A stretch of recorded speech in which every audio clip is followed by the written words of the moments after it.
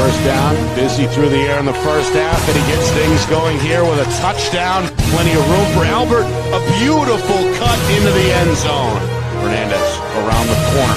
Beautiful cut, first down, and more from Reyes. Right side, find the edge, find the sideline. And here's that second gear. Hand off near side, Sanchez, foot race. And he's going to go untouched into the end zone for a touchdown. This time he's got a first down and more. In Pinkerton territory down the far sideline. Snap taken, pitch left side. Roth trying to navigate, breaks a tackle. Clemens back to the air. Deep down the near sideline, he's got a man. Harris Lopez, can he find room to the pylon? Yes, sir. Slant pass, touchdown, Souhegan. Far sideline, Londonderry's going to score a touchdown.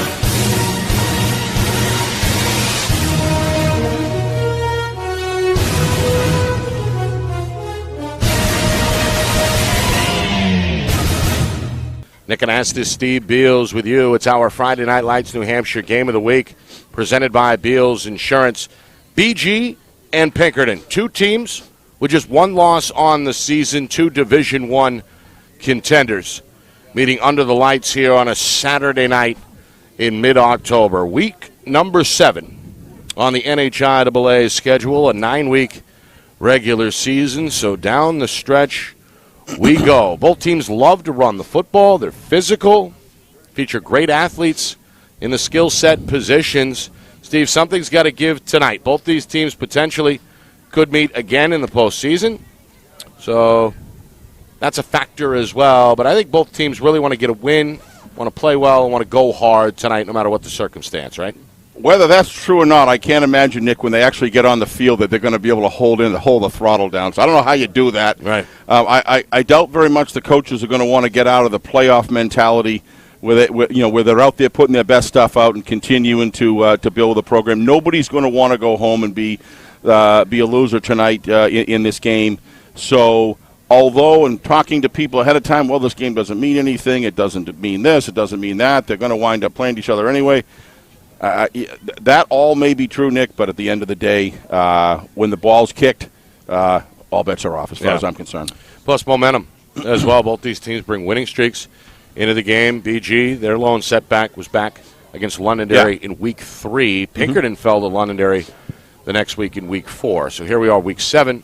Neither team here tonight has lost sense. Exactly. What I do think that you may see, Nick, is you might see some of the looks and some of the offense and defensive plays maybe held back. It'll be hard to continue to do that in the third and fourth quarter if something is at stake in the game because they're going to want to win that game. But I can see, at least at the outset, trying to have some stuff that they keep in the bag. Because what games like this do to good coaches like Coach Trisciani and Coach O'Reilly is give matchup, give a head-on-head, line play, line call, all of those things come into play. So my guess is there would be a game plan on each side that works on their strengths but not necessarily sells out completely, because if they know they're going to play each other again, which they know is very likely, that's the only thing I can see that would change potentially this game. But the effort out in the field, I doubt it very much. Yeah. Well, we'll keep an eye on the sky tonight. Nice breeze as well. Right now, very pleasant outside. Temperatures in the lower 60s, a little bit of breeze, as you mentioned, Steve. And while there may be some rain and some wind coming later on as we move through the game. So hopefully we'll be in the clear until after the fourth quarter. A growing crowd. BG, their home field, of course. They do a great job decking out the bleachers here at Stello Stadium, posters, balloons, etc. And, of course, the Astro fans made the short trip over from Derry down Route 11. They're on the far sideline in the red and white. So always a good atmosphere tonight here at Stello Stadium. Steve, we've talked about both teams often this season. We take a look at some of the similarities tonight. They both like to run the football, and both offenses can really be explosive at times.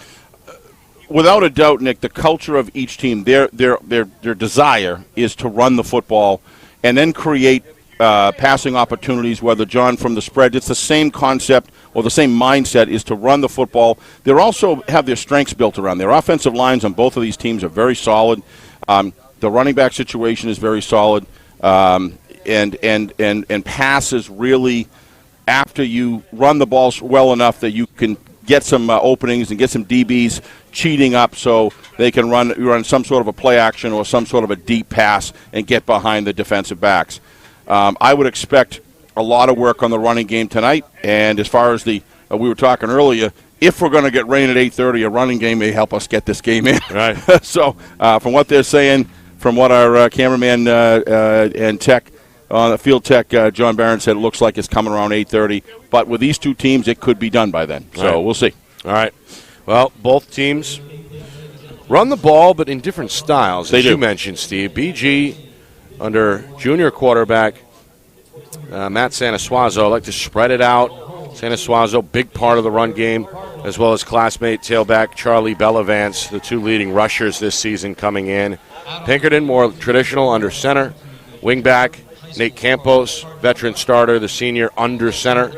And, of course, Jake Albert, the junior, takes a lot of handoffs from out wide, pre-motion snap, etc., so pre-snap motion, etc. So both these teams get the ball down the field on the ground, but, again, the sets here, the styles, a little bit different.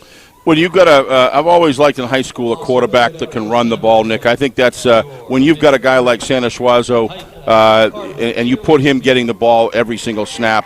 Coach Trisciani has found that that's his best option. Then behind that, you got Bellavance in a situation there where he's done what he's done all year long. That's a great 1-2 threat. And they actually have some good receivers. And I've seen Matt pass the ball fairly well when he's passed it. His number one thing is to read the defense, and he runs that zone read extremely well, and he hides the ball well. And man, when he decides to go, his normal propensity is to run the football himself.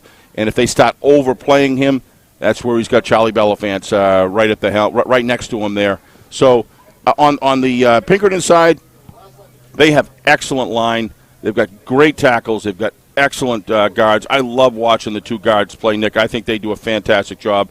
But it all comes down to the culture from the youth programs, what we even talked about last night with the Wolverines and the Demons, sending those players up to Coach O'Reilly, and then Coach O'Reilly and his crew fine-tune these guys, and they get off the ball with great form and great strategy, and everybody's buying in. When you can have a team where your head coach tells you, I think I'm going to move you to guard, and you know that's a heralded position on the football team, that's my kind of team. All right, we were waiting for what? I don't know. Tape the field. Right now, BG typically comes out through the middle tunnel here. The cheerleaders are gathered down on the field in front of the tunnel, and members of the band as well along both 45-yard lines. I guess now, good time, Steve, to get your keys to the game. Both Pinkerton and BG, each team needs some things to go well tonight. Of course, turnover, battle, time of possession. We know the usuals, but give me some fine specifics here. Keys both ways between Pinkerton and BG. Well, let's start with Pinkerton, where they're the away team. Number one, stay penalty-free. Okay. It's a flow offense. You want to stay penalty-free to keep the ball moving forward and burn time off the clock on both offense and defense. They need going to, especially in that first half, they got to come out and establish their game early against this good team in Bishop Guertin. Second, every running play and quick passes. One of the receivers on Pinkerton has got to go out and track down Sanasuazo at the safety position, in my opinion, and block him completely out of the play all the way until the whistle. You know, this guy is a game changer, and everybody on BG and everybody throughout the league knows this is probably the top safety. You've got to take him out of the play. Defensive line needs to penetrate BG's backfield and cause havoc. They've got to slice through. They've got to get in that backfield to mess up the exchange between Sanasuazo and Bellavance, or any other running back for that matter, for also the exchanges. And the last thing for Pinkerton is blitz, blitz, blitz. A defensive back on BG has got to be coming into the play to help facilitate messing up that backfield, Nick, in my opinion. I think that's an important thing for Pinkerton. On the Bishop Guertin side, linebackers need to read their keys every play and stay disciplined on the counter. Track Yanako every single play on the line, and don't let him punish your safeties and corners all game, because the front seven have got to be the ones to stop that bull that he is. He's incredible. He's really shown a lot. Coach Trish needs to slow down this game every minute he can to keep his players hydrated and fresh and to use his timeouts wisely as he's done all year. That's really important because he has a smaller group of guys, and a lot of them play both ways. And number 3, can't let the Astros maintain a long drives. Need to force 3 and outs on Pinkerton's offense. And the 4th and last, don't lose the special teams battle. BG has got to at least tie or win the special teams battle against this great Pinkerton team. If they do that, I think if either team fulfills those keys, I think they put themselves in a very good situation to win. Well, there are the Cardinals. They are on the field, and we are getting set now for the national anthem. We'll step aside, come back with the first quarter. Pinkerton and BG, both teams 5-1 coming in. You are watching our Friday Night Lights New Hampshire Game of the Week presented by Beals Insurance. Our broadcast today, as it always is brought to you by Beals Insurance Agency, with locations now in both Bedford and Londonderry. Whether you need home, auto, or business insurance, Beals Insurance will get you both the price and quality coverage that's right for you. Just call 603-471-9999 or visit BealsInsurance.com to request a free quote and start saving money today. Again, that's BealsInsurance.com. Hey, I'm Chad, the owner of New Hampshire iPhone Repair. We're New Hampshire's most trusted and affordable repair shop for your iPhone, iPad, iPod, and even Android needs. Don't worry, we're affordable, reliable, and we back our parts with a lifetime warranty. And you know what the best part is? No, what? We can repair your phone while you wait. I know, that's why I'm here. Oh, I know, Mrs. Green. Here's your iPad, good as new. Bring your phone into New Hampshire iPhone Repair today.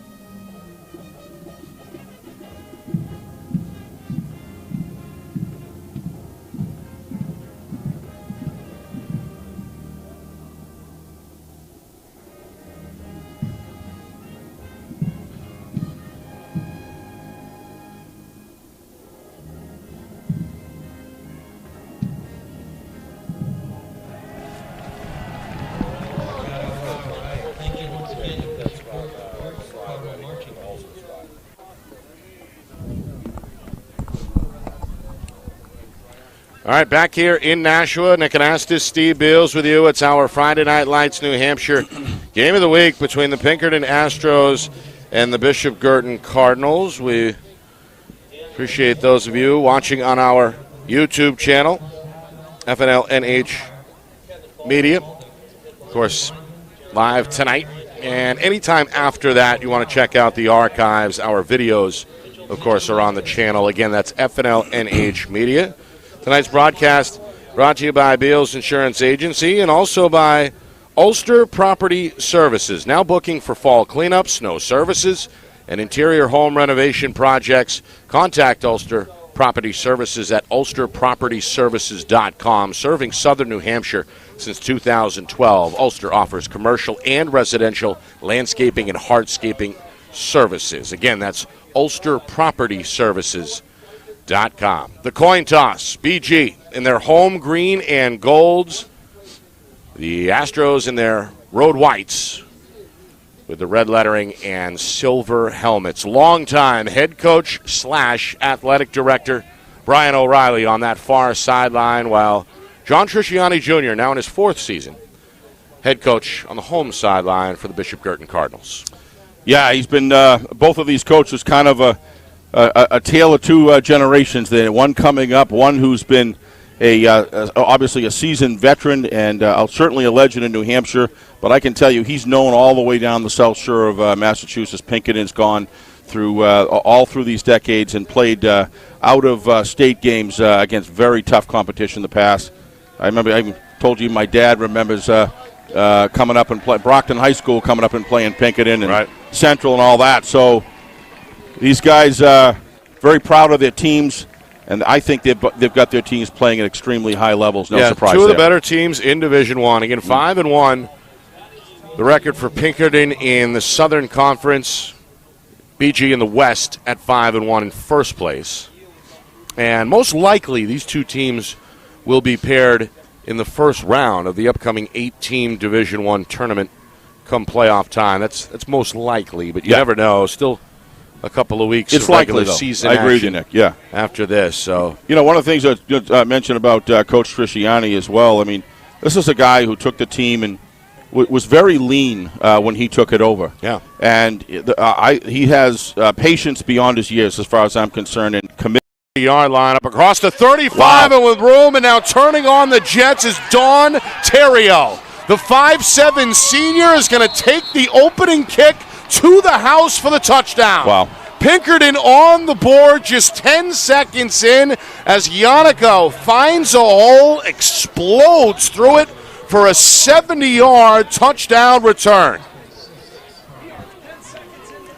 I mean, number 4, key to the game. Bishop Guertin cannot lose the special teams battle. BG can tie it, but you can't lose it. So they're going to have to make up some ground here, Nick, if they're going to beat the odds as far as that key to the game is concerned. Doesn't mean it's automatic, but that sort of a thing I felt was very important leading into the game. Yeah, and obviously special teams striking. But I said BG had to win that battle. They have to. Well, extra point. Attempt here. Very good kicker, Picasso Bates. Yes. A veteran starter, the senior, also a member of that linebacking core, that vaunted linebacking core on the defense. They're going to fake it. Campos going to roll out right side, going to trot across the goal line for 2. So Coach O'Reilly with a fake extra point attempt. The quarterback / the holder is Campos, and he rolls right to his right and into the end zone for the 2-point try. So 8-0 Pinkerton, just 10 seconds into the game. Yeah, I mean, it's early. It's 10 seconds, so that means you got 11:50 this quarter and 3 more quarters to go. So if it's going to happen, Nick, you want it to happen now so you can adjust. But, certainly puts a lot of pressure on BG to kind of get their offense on the field. But you got to give the blockers there on credit with Pinkerton. They created a nice wedge there and a nice hole, and boy, did he accelerate through that at full speed. Now the early onus on BG to respond. Yep. Momentum clearly going with the visitors. They sapped the energy, at least some of it, out of this home crowd.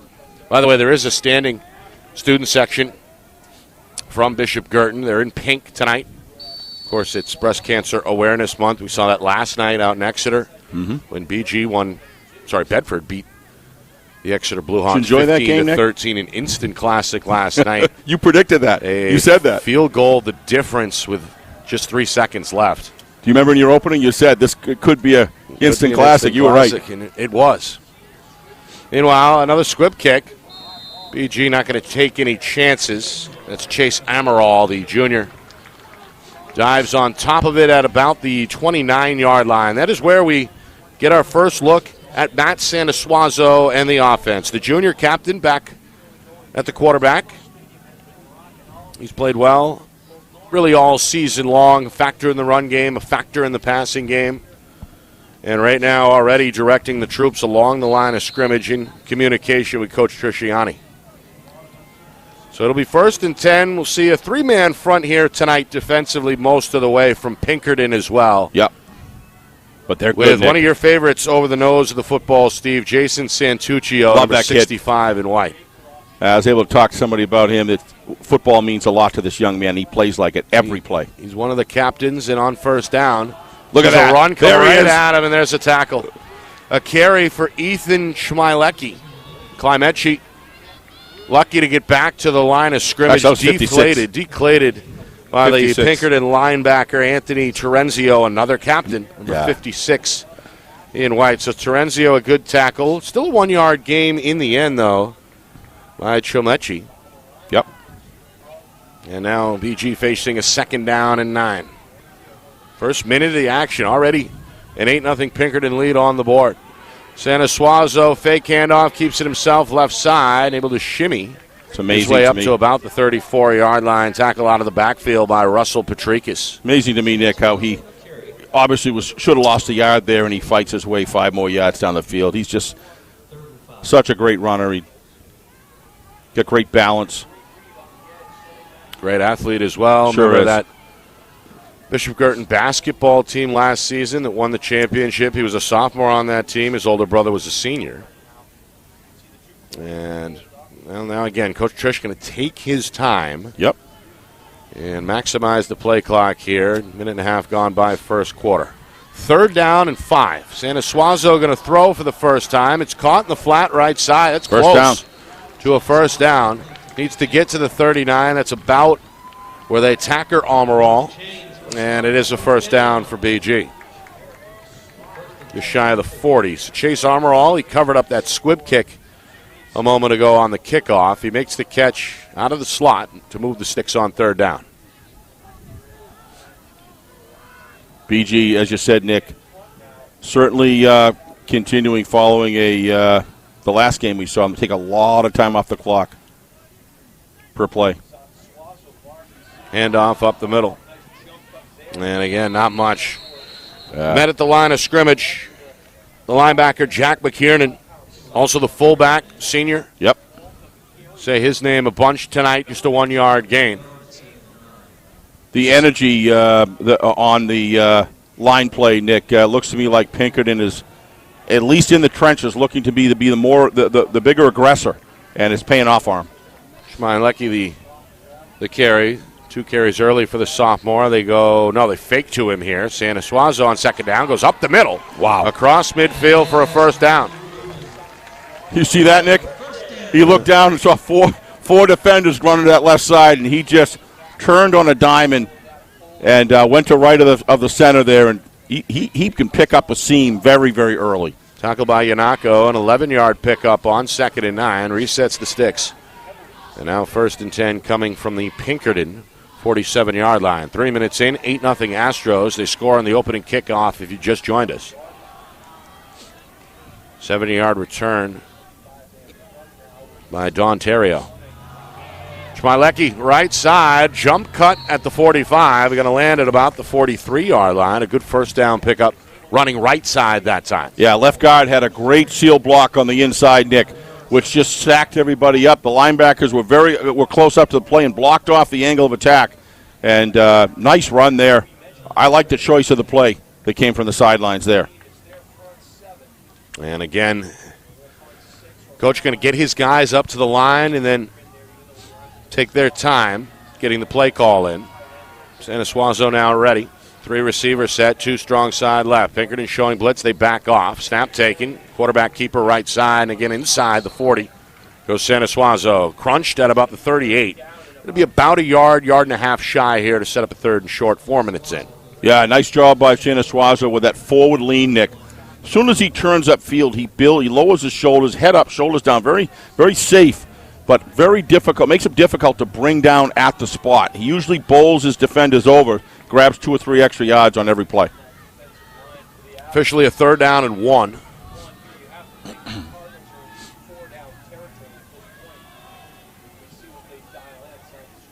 Schleimecki to the right of Santa Suazo, running up the middle. He's got it. Lean forward, and that's very close. No, he's got it. That is a first down, Steve. You called it. Schleimecki on this opening drive, the go-to guy. No Charlie Bellavance. Yeah, nothing of yet, yeah. No Bellavance. And on the Pinkerton side, Jake Albert out tonight in street clothes on that far sideline, the junior. 2-way starter for 3 years under Coach O'Reilly. So some of the star power not on the field right now. Santa Suazo, right side, going to make a couple of guys miss before he's dropped by Terrio again. Close to the first down marker. They give it to him at the 25. First down run for Santa Suazo. A good-looking drive here that began back at the 29-yard line. Cardinals approaching the red zone. Yeah, what's happening right now is the offensive line, some of the blocking calls, Nick, are starting to work, and they're coming off the ball better. Santa Suazo is also just choosing, just knifing through a very narrow hole, but his acceleration is putting him and forcing Pinkerton to catch. back in the defensive backfield. Coming up in the midway point, first quarter. 1st and 10. Schleimecke right side with room, gets to the second level, crosses the 20. And it's tackled along the far sideline at about the 18-yard line. This is an impressive drive so far, Nick. 6-yard pickup on first down. First 4 or 5 plays, BG was struggling on the line, Nick. They've got it all together right now. They're firing off the ball low and hard. And a big part of this is to slow the game down and give these guys an opportunity to get a break and a breather in between the plays. Coach Trisciani's following that to a T. Tackle made by the cornerback, sophomore Caden Michaud, starting tonight in place of Albert. Meanwhile, the run inside this time is bottled up. Terrio and company. A white wave of defenders there stops the play for no gain. It'll be 3rd down now at about 3. I think Santa Schwaza would like to have that and pull that back out because I think he immediately saw running room on the left-hand side because they all swarmed towards the Kamecki. And tidal wave up the middle there for Pinkerton. Great job by Pinkerton D. All right. Coming up on 5 minutes now, another 3rd down and 3. Ball at the Astro 18-yard line. Pinkerton going to remain in a 3-4 set. BG in a 3-receiver shotgun set. Snap goes off the chest of Santa Schwaza. He wasn't looking. He recovers, but he was taking a play from the sidelines. Is immediately hit, and then they're going to whistle him down at about the 21-yard line. Miscommunication there as the snap caught Santa Schwaza by surprise. Well, obviously, Cardinals may be fortunate it wasn't turned over there. Very fortunate, but I don't know what the length of their kickers' capabilities are, Nick, but obviously it's outside it because they're going to go for it on 4th down here. That was a costly error. Those red zone mistakes are always costly, Nick. 4th down and 6. The offense does stay on the field here from the 21-yard line. Looking to throw. We're going to go to the air. He's got a man, and it's dropped in the end zone. Well, the receiver, Adam Nanu, got the step, but the senior couldn't quite pull it in, and it's a turnover on down. So BG, boy, did he throw a comes beautiful away empty. Pass right there. That was beautiful pass, Nick. Sorry. Wow. Should have had that one, Nick. That was a great big opportunity lost. He knows it. Players are. And he's upset with himself as he comes to the sideline. But Santa Schwaza just threw a wonderful pass there, Nick. And a good job by Nanu to get open. Got the step. Boy, he got some separation speed there. Yeah, he got by the sophomore corner Michaud, but couldn't pull it in. So now Pinkerton going to take over at their own 21-yard line, an 8-0 lead on the board as we approach the 4-minute mark first quarter.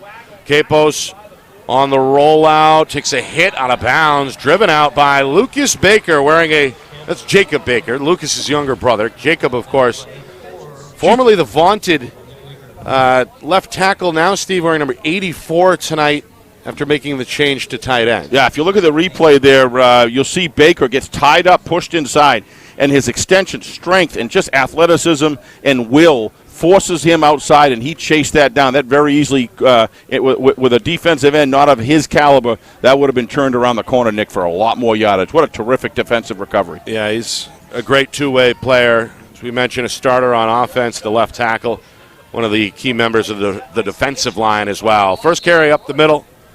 It's Cole Yanako across the 25, able to lean forward up to about the 27. That'll set up a 3rd down here. 3rd down at about 5 as we move inside of 4 minutes. Yeah, they tripped him up, Nick, but a lot of times, unless you bring him down, he's going to keep his feet. That time he didn't, but he is a tremendous runner, runs with weight, strength, lowers his shoulder. He's a punishing runner. We saw in the game against Londonderry when he came through the line on some of those plays. He was bowling people. Yeah. And that's against Londonderry. Top team. Lancers still undefeated, one of 2 unbeatens in D1, along with Winnicott. 3rd down, back to Yannico, left side, trying to bounce it outside. He does. At the first down. Pick up the first down. He goes across the 30 up to about the 32. Dragged down by Armorall, but not before, again, moving the sticks. Pinkerton first down. Yep.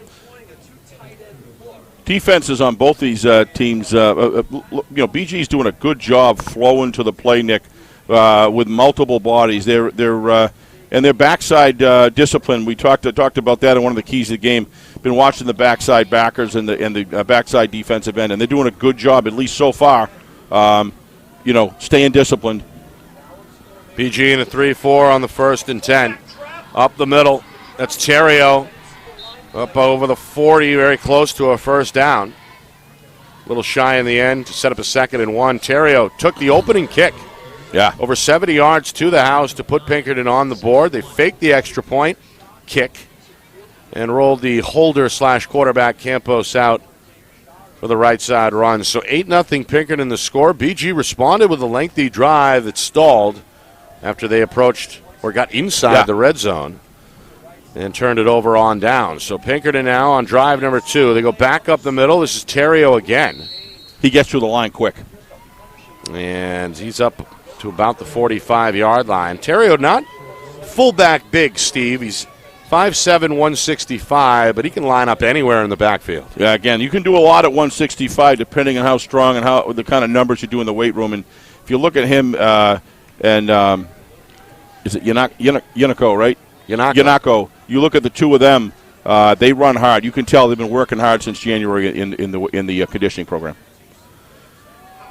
Carry here, right side. This again, good run for Flag Yanako. down. A flag comes in. Wonder what that is. Right now it's a first down carry to the BG 40. Pick up a 15, but again, there's a flag back around midfield. No penalties either way so far until now, with just over 2 minutes to go in this opening quarter. It's going to be a block in the back against Pinkerton. Yeah, so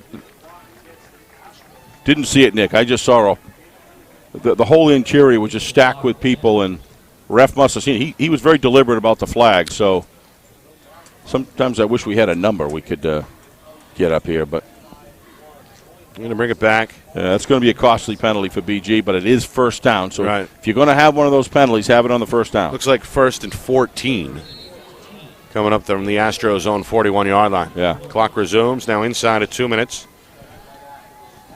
Fast-moving first quarter tonight in Nashua. Crowd continuing to build. Home team trying to cheer on the defense here. Play action to the left side. Campos, a man on his hip, going to be tackled. Boy. Back around the original line of scrimmage, about 3 yards downfield. Good hustle. Yeah, good hustle. Defensively, that's Matt Avery, the sophomore, who tracked him down. Boy, he's got some track and speed there, Nick. He never gave up. And as soon as he turned upfield, he gained ground on him running around the corner. So give him credit right there. That's it's one of the few sophomores, Steve, that has made one of the many, I should say, sophomores that have really stepped up. We saw Chilnecki on the That's a good class, offensive side for Guertin. You see there the track down tackle by Avery. All right, 2nd down and 11.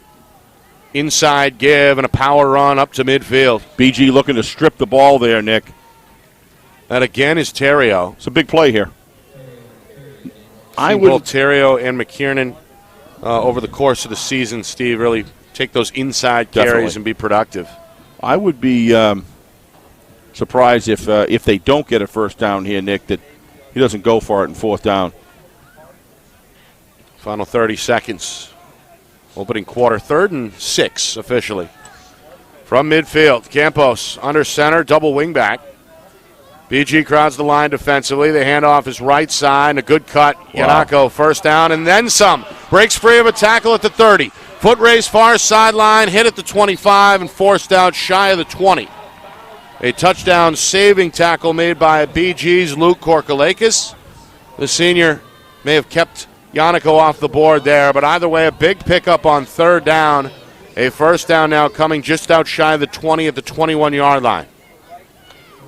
I didn't see Santa Schwaza in that play, Nick, so I don't know if they're I'm going to watch this from now on to see if they're keying on him and blocking probably the best safety in the state out of the play, because usually that's something that Santa Schwaza is going to be on like a laser beam. So, 16 seconds, clock frozen. Offensive line work by the Astros right now, very strong, Nick, very methodical. BG hoping to tighten up. Astros looking to get in the red zone. Terrio on first down is cut down. No gain. Try to find room up the middle. Zach Connerty, the junior, along with his classmate A.J. Rasmussen, combining on the tackle there for the Cardinals at the 20-yard line, and that will bring us to the end of the first quarter. Pinkerton scores on the opening play. They get 2, and they lead 8-0. Astros knocking on the door, looking for a second touchdown. When we come back, you are watching our Friday Night Lights New Hampshire Game of the Week presented by Beals Insurance. Our broadcast today, as it always is brought to you by Beals Insurance Agency, with locations now in both Bedford and Londonderry. Whether you need home, auto, or business insurance, Beals Insurance will get you both the price and quality coverage that's right for you. Just call 603-471-9999 or visit BealsInsurance.com to request a free quote and start saving money today. Again, that's BealsInsurance.com. Hey, I'm Chad, the owner of New Hampshire iPhone Repair. We're New Hampshire's most trusted and affordable repair shop for your iPhone, iPad, iPod, and even Android needs. Don't worry, we're affordable, reliable, and we back our parts with a lifetime warranty. And you know what the best part is? No, what? We can repair your phone while you wait. I know, that's why I'm here. Oh, I know, Mrs. Green. Here's your iPad, good as new. Bring your phone into New Hampshire iPhone Repair today.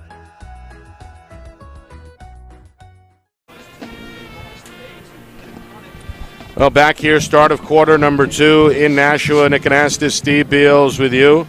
It's our Friday Night Lights New Hampshire Game of the Week presented by Beals Insurance. Our sponsors tonight include Ulster Property Services. We appreciate them jumping on board. Fall cleanups available right now, again with Ulster Property Services, and also by New Hampshire iPhone Repair. 6 locations across southern New Hampshire. It's quick, it's easy, you're in and out, it's affordable. Get that iPhone fixed at New Hampshire iPhone Repair Store. Nick Anastas, Steve Beals with you. Astros score the opening kickoff. 8-0 our score through 1. And now on a 2nd and 9, Pinkerton threatening to get back, or I guess inside the 20 for the first time, as the offense is going to hand the ball off. Yannico straight downhill running inside the 15 down to about the 10, close to the first down. Gaping hole there, Nick, on the left side. Just terrific blocking scheme by Pinkerton, executing to a high level and making it very difficult for BG to fill the gaps there, Nick. And he's just such a prolific runner. I just love runners that get through the hole quick, and he does it as well as anybody. Armorall, the tackle out of the secondary. Yannico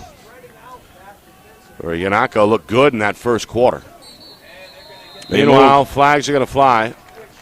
These are those cadence penalties, Nick, that kind of take the momentum out of things, out of drives like this. But again, both of those penalties have been on first down, Nick. So it does give them, it's not like it's on third down where you're running out of downs to call plays to try to recognize that you're at 15 yards rather than 10. So second penalty of the drive, second penalty against the Astros. Cardinals penalty free in that first quarter. Both teams 5-1. Both teams with something in common. They both lost to Londonderry. Astros fell in week 4. BG in week 3. Meanwhile, good inside run again. Yannico down inside the 5-yard line, tackled at about the 3. And that O-line continuing to be oppressive, moving people up front. It's not just the O-line, Nick. It's the blocking downfield against the defensive backs that they're just doing a terrific job on. That's not something I saw prior teams doing a great job against BG, Nick, to be perfectly honest with you. And BG would fare very, very well. Pinkerton doing a great job with downfield blocking. Astros knocking on the door on a 1st and goal. Yannico, a good cut. He's met at the goal line and driven back. Yeah, I think he's going to be about a quarter yard short. Stopped just shy of that end zone. Inside the 1-yard line, a gang tackle, a wave coming through. Connerty and company able to keep the Astros out of the end zone for now. 2 minutes in, second quarter. Yeah, Sanasuazo came up like a laser, Nick, and just bet you could. The contact was Division I high school caliber right there. And it's 3rd and goal now. 3rd and goal from the 1-yard line. See what longtime head coach Brian O'Reilly's got dialed up here. He's got a big fullback along with Yannico in the backfield. They fake to the fullback. They go to Yannico, and he is in, touchdown. Well, the hole was there on the right side. The junior tailback able to cross into the end zone for the touchdown. And now Pinkerton makes it a 2-score game, 14-0, with just over 2 minutes gone by second quarter. Yeah, that situation when Pinkerton was inside the red zone, Nick, and they didn't get anything out of it was a really tough time in the game for them. Now they're Pinkerton's going to score, and BG's going to score, but they have to trade scores to keep this a close game. They're going to have to respond next after the kickoff. So Picasso Bates, the fullback on the previous play, now out for the extra point try. Snap was low, a good recovery by the holder, and the kick is up and good off the right foot of Bates, but a good hold by Patricus. May have saved that one as the kick does end up through the upright. So 15-0 Pinkerton here. Excuse me. The scoreboard says probably on the TV and here that it's quarter one, and it's in fact quarter two. Yeah. Correct? Yes. Yeah, 2 minutes in, second quarter. Second quarter. Well, the Astros able to come up with a fourth down stop that put an end to a lengthy first quarter BG drive.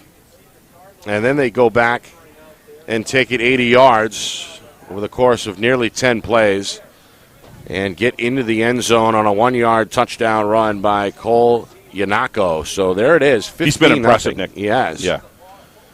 I think the BG offense has actually moved the ball quite well, but when you get down in that red zone, you've got to cash in.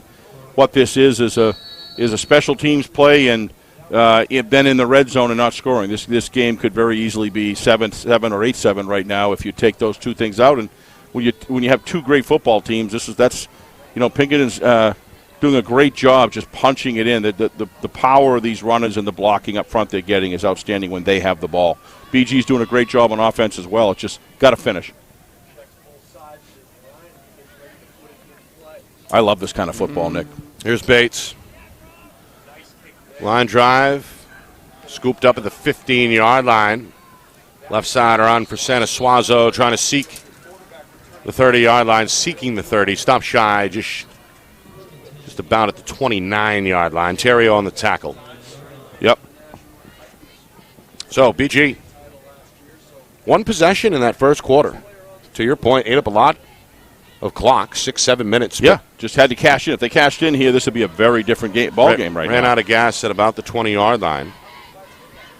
But, there's still time to close the gap here, get it within a one-score game, but it's imperative that if they're going to need to do that. Plenty of time, 9:45 left, so. First down and 10, Santa Suazo going to spread it out as usual. 3 receivers. Wing back left side. The tailback is Chimilecki to his right. Shotgun snap. Junior throws to his left. Amaral the catch. Good block. Good cut. Going to be spun down just shy of the 40-yard line. Well-designed play. First down. Well-designed play, well executed, Nick. I love that turn outside, and then the other receiver comes back and blocks the coverage guy. What a terrific job. Second grab for Amaral. Tackle made by Patricus. It is a first down on a 10-yard gain. And no need to rush here. It's clearly in BG's favor, Nick, to slowly and methodically work the ball down the field, keep Pinkerton's offense off, and keep their two-way players well rested. First and 10. On beautiful block downfield. Look at this. Santa Suazo still untouched. Inside the 30. Makes a cut at the 25. Trying to shake off a man at the 15. He's at the 5, and he's into the end zone. Touchdown. Unbelievable. A 60-yard highlight-type run by Matt Santa Suazo. Unbelievable. An explosive touchdown to get BG on the board. It's now 15-6. Give the BG blockers downfield, Nick. They never quit either to give Santa Suazo the ability to do his magic. And it was a team effort there, but Santa Suazo, what an individual effort after he busted around the corner. But I give BG's downfield blockers credit as well. What a team effort that was. Unbelievable run. Wasn't touched until about 30 yards downfield. Extra point try is up. No good. And no good. It's wide left. Off the right foot of Connor Lennon, the sophomore kicker. No good. Yeah, it stays a 2-score game at 15-9. Takes a little bit of the sweetness out of that run. But it does. Back to the run, Steve. You're right. It was almost an express lane along the left side of the field there. Santa Suazo then made about 4 guys miss inside the 30 along that far sideline. Nick, you can understand why he's a great basketball player, great team player, and an excellent runner, as well as a safety.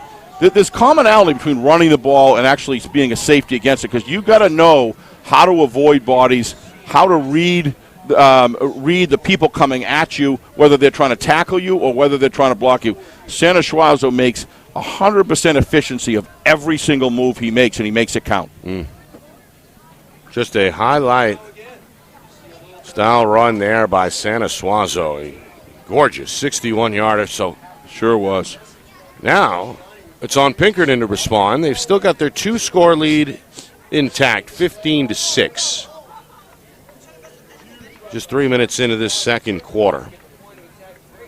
Very important here, I think, on special teams to not give it to one of their top runners there, Nick. I think BG's got to kick a line shot or something.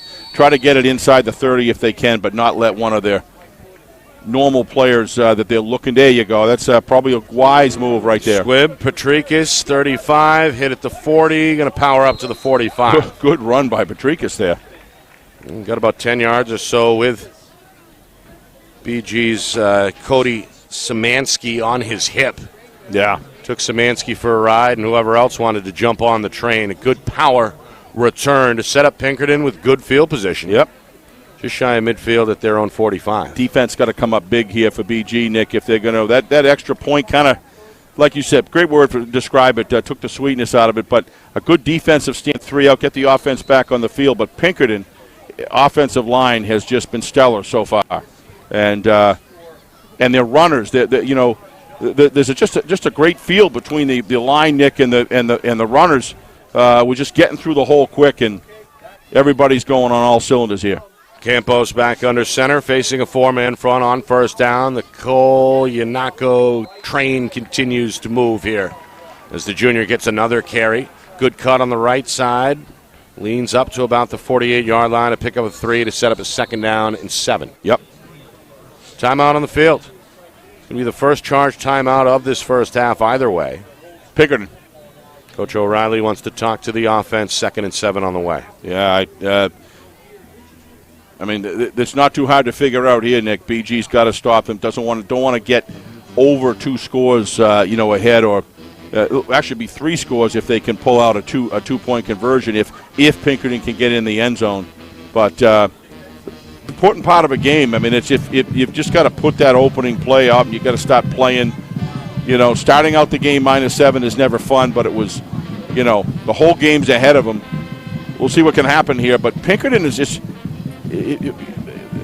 Coach O'Reilly's team, again, Pinkerton's a solid football team. Coach O'Reilly's teams, this offensive line is more disciplined tonight than what we saw in Londonderry. I think you would probably agree with that. They had a lot of penalties in that first half.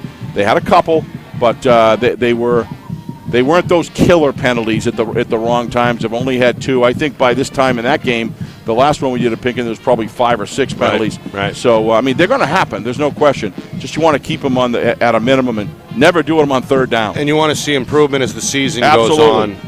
goes on as well. Yep. Well, Pinkerton has not lost since they fell against Londonderry. Surrendered a halftime lead in that game. BG's lone loss of the season came at the hands of the Lancers as well back in week number 3. 68, is it? He's a bull, Nick. That's Rocco Geraci. Geraci, yeah, he is. Junior. I watched him on a couple other games that we didn't do on TV, Nick, and he just checks into the play almost every single play, and he's got a motor, terrific strength, and he's got surprising speed for a guy of his size. He listed at 5'11", 268. Yeah, but he's big. He's big, and he can move. He can move too. He's got great instincts as well. One of the anchors of the front 7 for sure. All right, BG going to crowd the line here on 3rd and 5 and force Campos outside. The senior has no problem with that. First down and then some. Cuts inside the BG 40, tracked down by Campos at about the 35-yard line. A big-time run. Coach O'Reilly ought to be thrilled with the way that his quarterback hid that ball, Nick. He did a terrific job with the fake. And the linebackers the outside linebacker got a very late start because they were pinching in. A lot of times that's called from upstairs, Nick. They see the linebackers pinching into the middle, and that's a good time to make that call. And they sure did it at the right time there. It was well executed. I said Campos was tackled by Campos. Of course, he was brought down by Korkalakis, whose shoulder pad popped out of the jersey. Had to jog off quickly to the home sidelines. Pinkerton, first down run. Yanako again brings the hammer. Met in the hole by Santa Suazo. Comes up from the safety spot to limit the run to 3 yards and set up a second down and 7, nearly 5 minutes in now, second quarter. Those are the worst hits for a safety in a corner to come after sustain a guy of that size and strength. Santa Suazo's coming up, making that hit at the line. You really want your safety supporting that hit, not taking it. That's one of my keys to the game, Nick. You can't have the defensive backs against BG defensive backs taking hits like that. It's not that Santa Suazo's not tough in game, but everybody's a human being. You really want the linemen to be able to, and the linebackers to be able to do that. Especially when that safety is also your quarterback. Absolutely. I was going to say that. Nice job. This one BG. stopped up front. That's what you're looking for right there. I think that was Guertin again. Had some help from the defensive end, C.J. Janad. Janad, the senior. So third down and 7 here. I'm going to go out on a limb, Nick. I'm going to say this in the first half is one, if not the most important play of the half right now. It's certainly the top 2. This is a big one right now. He comes at the midway point, second quarter. BG stops them. They're out of field goal range, I think, unless they've got a kicker. We don't know. But that'd be pretty long kick, right? Third down and 7. Astros with Campos under center. They're going to blow it dead. A flag flies. Well, the Pinkerton offense backing up here, and they're guilty of the false start. It's going to cost them 5 yards. Third penalty of this first half against the Astro offense. So I definitely say we're out of field goal range right now, Nick, but most importantly, that third down now is 12 rather than 7. Right. So that does change the playbook somewhat. Allows BG to put a little less emphasis on a shorter run and put more emphasis on getting separation along the line and making sure kind of a bend but don't break. Still going to keep 5 around that defensive line on 3rd and 12. Campos, play action rollout, looking to get it off. Does throw it on the far sideline, but it's out of bounds. BG's done what it needed to do, Nick. That's a big stop there for BG. Good pressure as well, Steve. Yeah, it just never was allowed to develop, and give them credit. They Connerty and Chalecki. Wow, there's a lot. Right on in the face there of Campos on the release. Absolutely, Nick.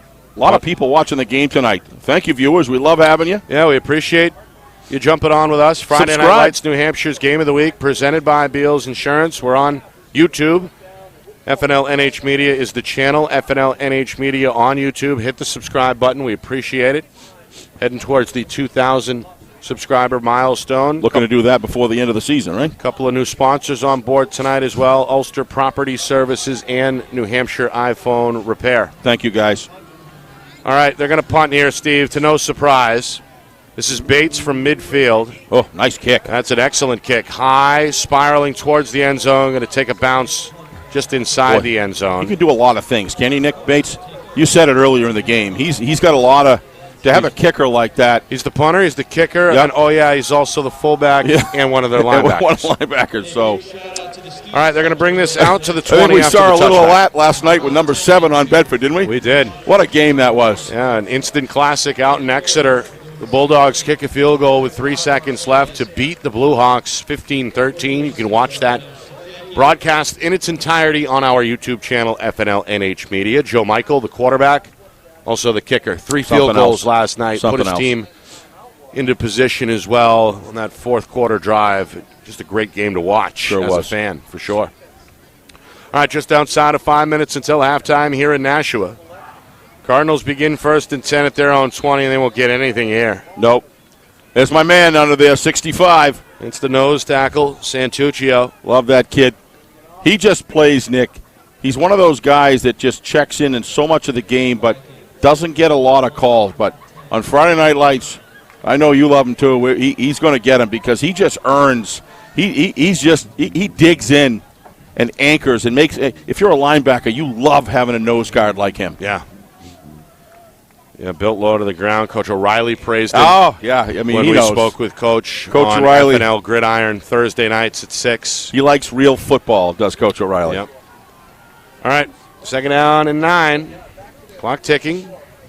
4.5 to go, second quarter. Santa Suazo lowers that right shoulder, trying to find some extra yardage up the middle to the 25. Yeah, still a lot of play here, Nick. A first down one way or the other. First down would be big for BG here.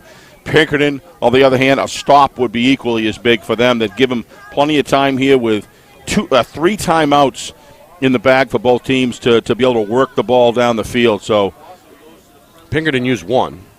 It says they got 3, but you're absolutely right. Pinkerton used 1 for sure. Right on it, Nick. So there's 2. 2 left for Pinkerton, 3 for BG. Hit the 4-minute mark now, second quarter. 3rd down and 5. Cardinals trailing here 15-6, trying to keep the offense on the field.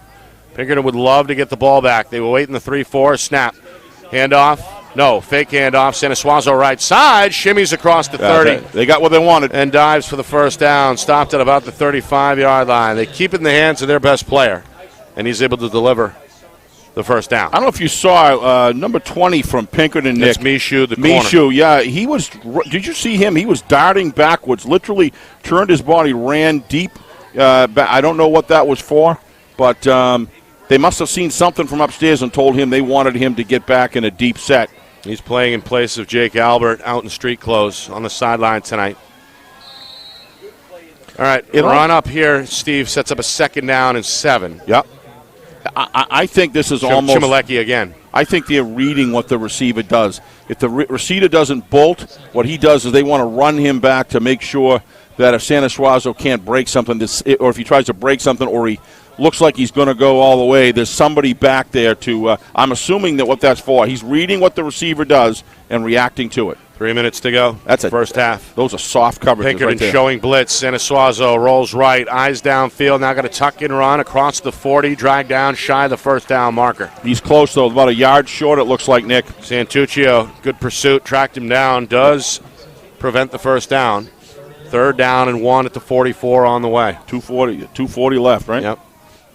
BG been conscious of the clock really throughout this first half. And they do have the 3 timeouts, right? They have 3 timeouts. Yeah. Coach Trisciani well aware that we're down to 2.5 minutes. Well, Baker, number 84, is the wing back here. He's going to stay at home on the right side. Going to throw a block to try to free up Chmielewski on the 3rd and 1 carry. He's got the first down. It's Sanasuazo, not Chmielewski. He's very close. Now they say yes, first down. Tackle by DeSalvo. That's the big 6'6" defensive lineman for Pinkerton. Also one of the captains. Or he's 6'4", I'm sorry. His defensive line mate, Ed Vandedine. He's the 6'6" monster. So 6'4" and 6'6" down there for Pinkerton. With 3 timeouts, Nick, 154 and counting is still a lot of time left on the clock. But still ticking. It is ticking, though. BG right. now ready to go on 1st and 10. They do take the snap. They roll out Sanasuazo. He throws a low throw that goes incomplete. Mishu looked like he was tried to dig that one out of the turf, could not. Mishu in on the coverage, incomplete. Pretty close. I thought he was there a little bit early, but I'm not sure that was a catchable ball. Looked kind of low anyway, so it doesn't really a moot point. 2nd down and 10. That will stop the clock. With now 1:41 to go. Probably going to have to be looking at the sidelines a little more, Nick, once you get inside 1:20 or so. With those timeouts, you want to start working the sidelines if you can. One of the advantages – I'll wait till the play get done. Pinkerton showing blitz here on 2nd down and 10. They're going to rush 5. Sanasuazo in trouble, and he's hit for a loss. Big play by Pinkerton right there. Voltario and Santuccio, the sandwich tackle. Sanasuazo lucky to get back to the line of scrimmage, 3rd and 10. First, not that they haven't all game, don't get me wrong, Nick, but really missing Bellavance right now for what he can do because they can kind of key on Sanasuazo. That play just didn't develop the normal way that it should. And Chmielewski's held his own in absence of Bellavance. Surprised we haven't called a timeout yet. But you're right, a talent like Bellavance sorely missed. But it forces them to honor him. Yeah. And approaching a minute. 3rd down, 11 officially. Back to the line of scrimmage and no further. Out of bounds. Rough stuff along the sideline. Both DeSalvo and McKiernan both colliding with the ball carrier, Sanasuazo. It was close, but it was he was turning upfield still and running, Nick. So it was close, but Coach Trisciani, he's vocal right now. Felt like there may have been a late hit. Well, he's sitting right on there. From what I could see, it was close. Clock stop, 57 seconds. A 4th down and 9 after that 2-yard carry. BG is at their own 47-yard line. So what to do here? May see a pooch punt. That's certainly on the table. Sanasuazo capable of the pooch.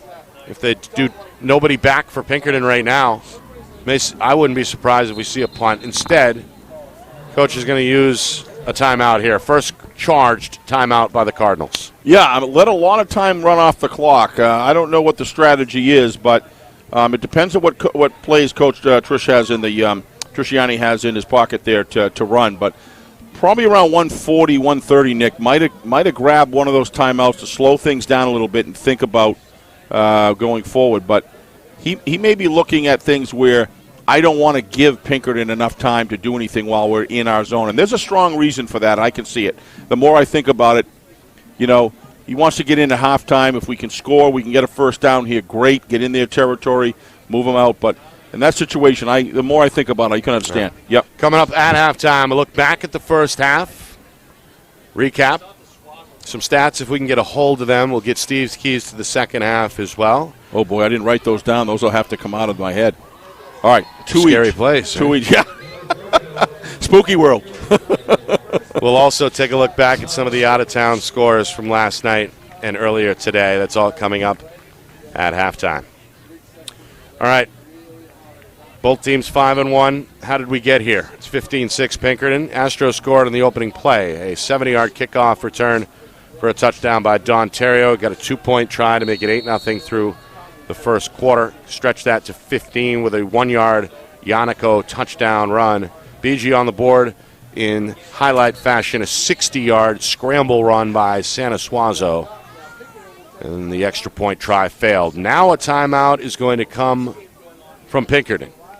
O'Reilly will use his second and wants to make sure the defense / return game is on the field here. We may see a punt, I think, coming up. Like Coach O'Reilly's call for the timeout there, Nick, you don't want a mistake to happen. You've given Coach Trisciani, very good coach, obviously proved himself in the Salem game 4 different times on some very interesting strategic decisions that he ended up 4-0 on, if you remember, and won the game. And I think those 4 calls are the difference makers. Coach O'Reilly's more than aware of that. Gets his team off the field, gives them a little bit of water, a little break. Say, look, guys, this is what we don't want to allow to happen. This is what you need to do, what you need to do. It's those sort of things that go in there, kind of get the team together. This is a big play. So, well, we'll recap it all on Thursday. Part of our FNL Gridiron program. Not only recaps, but, of course, previews the upcoming week with interviews between coaches, players, and writers. It's all on Thursdays at 6 on our YouTube channel, FNL NH Media. Got a chance to talk to Joe Michael last Thursday, folks. It's still current. What a nice kid. Nice interview. And then what a game last night by Michael and by Bedford. They beat Exeter in Exeter 15-13 at the last minute. Exeter played great, too. Both of them. 4th down. They're going to go for it, Steve. Santa Suazo down the middle. This one is tipped and incomplete. Pinkerton actually did the right thing not intercepting the football there. Yep. Patrikas had a chance to, it looked like. The senior hit it with his hands but didn't reel it in, and it's going to work out field position-wise for the Astros. They're going to take over now, I think, in BG territory at the Cardinal 47-yard line. 47, yep. So a little bit of a risk out of the timeout there by Coach Trisciani. It doesn't work for the home team this time. Well, a pass is just good as a run from the time clock. If Coach Trisciani's looking, if they don't convert it on either on a run or a pass to get a first down, it wasn't like the clock was going to continue to run. That's a change of possession. So probably a good time to go downfield, but here we are with Pinkerton in BG's territory. 1st and 10, still 51 seconds for the Astros to work with. Yannico, right side, going to be wrapped up by Santa Suazo. He's an amazing player, Nick. Looked like a big run about to develop. Instead, it's limited to just 5, and now a timeout is called by Coach O'Reilly. That's Pinkerton's 3rd and final timeout here with 42 seconds to go in the first half. Yeah, I mean, this Pinkerton's done a great job the first half going downfield. One of my keys to the game, Nick, of taking Santa Suazo out of the play. Even when you key on him, you're lucky if you can do it 50% of the time. Santa Suazo fought off a blocker there, and how he smells those plays. He's just a really special safety. And he does things that I don't see every safety in the league. He's got some not only is he a great athlete, at that safety position, He is special. And, of course, he gets from point A to point B very quickly. Oh, boy. And always at the best angle. Exactly. To do exactly. so. That's what I was going to say. Yeah, right on, Nick. And his angle of attack. And you gotta have a little bit of nastiness in you to play free safety, period. Don't you? You can't shy away from the contact. You got to look. If you don't, you should be stick playing your nose flag in there football, typically. quite Right. frankly. Right. If you don't, yeah. So he's got that kind of instinct in him. One of my favorite, Harrison from Patriots. I just love the way he played the game. Rodney Harrison. He was a special. He was voted the league's dirtiest player by his peers twice. You know that, right? I never found that as dirty, the way he played. I kind of admired it. They said that about John Hanna's blocks, too. That's true. Wake up and smell Campos out of the timeout, running wild. First down and more. The quarterback down to the 20. Tiptoeing down to the 10. Pushed out of bounds, and now a flag flies late. Looks like 81. Looks like, I think it's a clip, Nick. This could... well, we've seen a couple of penalties hurt Pinkerton. Looked to me like a this clip. one may be against the offense again here with 31 seconds remaining. The official's going to talk. Let me tell you, that's going to be one big penalty. Yeah, it's going to be on. That's a big penalty right there, Nick. Looked to me like it didn't even have anything to do with the play. Looked like it was behind the play by quite a lot. Well, Coach O'Reilly upset a few yards onto the field.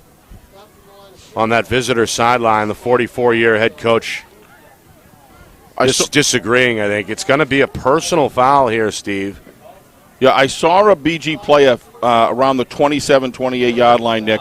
Well, they're going to decline that and accept the hold. So actually 2 penalties on that play, both against Pinkerton.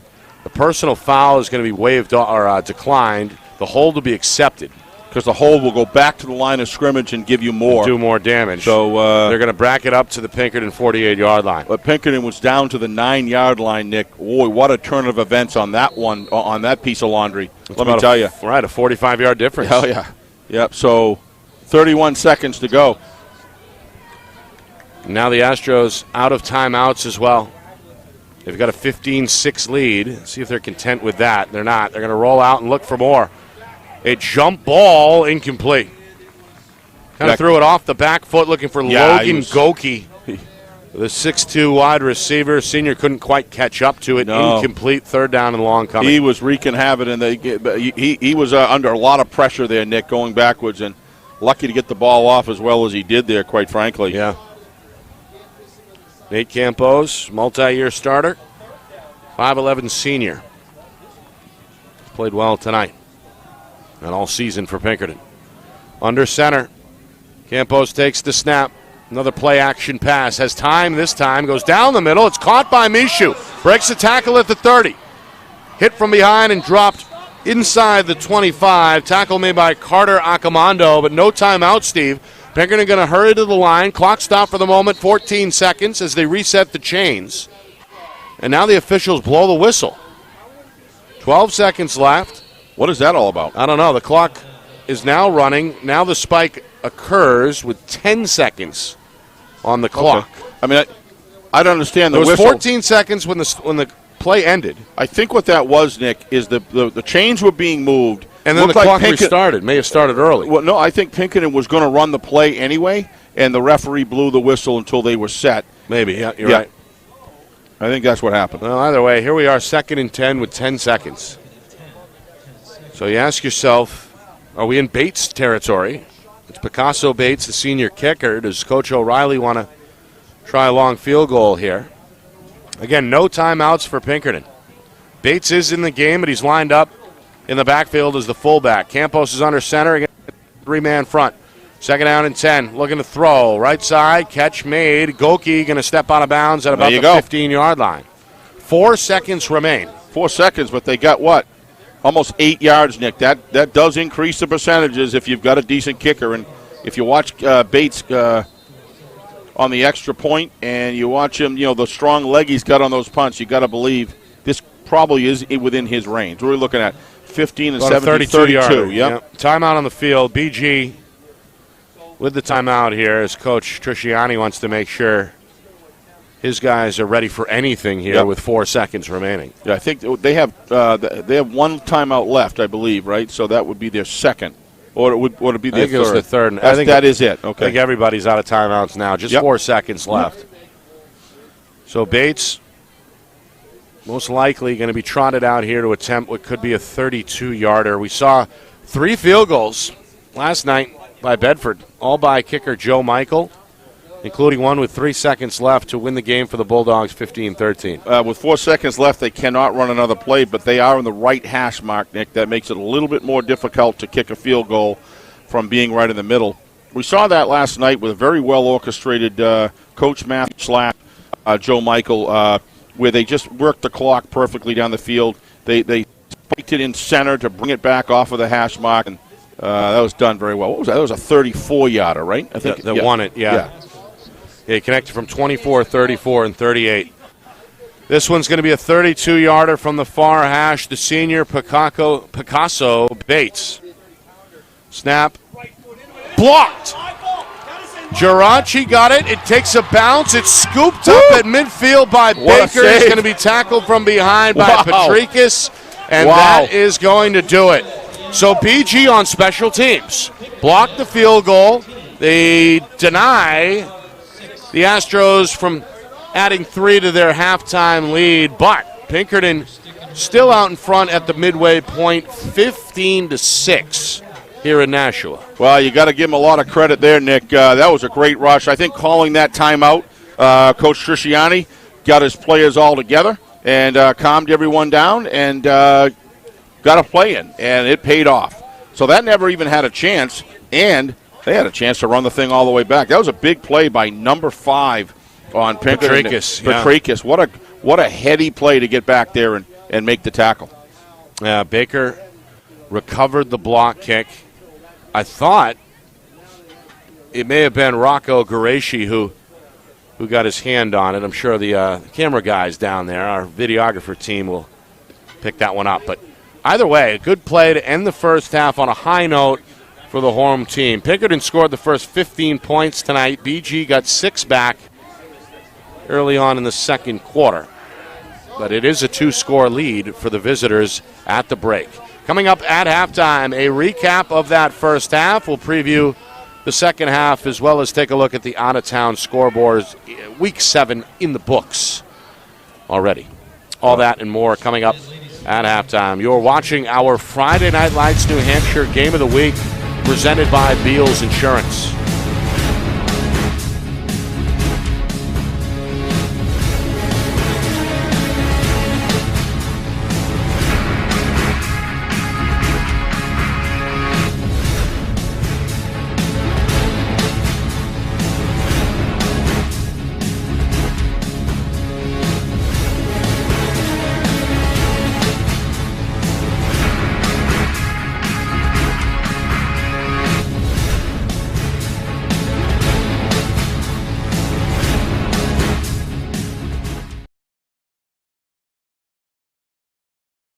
Our broadcast today, as it always is brought to you by Beals Insurance Agency, with locations now in both Bedford and Londonderry. Whether you need home, auto, or business insurance, Beals Insurance will get you both the price and quality coverage that's right for you. Just call 603-471-9999 or visit BealsInsurance.com to request a free quote and start saving money today. Again, that's BealsInsurance.com. You know, we could have a new screen on that baby in less than 15 minutes. I'm Chad, the owner of New Hampshire iPhone Repair. We're New Hampshire's most trusted and convenient device repair shop. We use quality parts, backed by our lifetime warranty. Can you fix my phone? iPhones, iPads, even Androids and tablets. We fix it all! What kind of problems can you fix? Battery problems, screen problems, water damage. Don't live with that broken device any longer. Come on into New Hampshire iPhone Repair, and we'll have you fixed up in 15 minutes. Good as new. Yeah.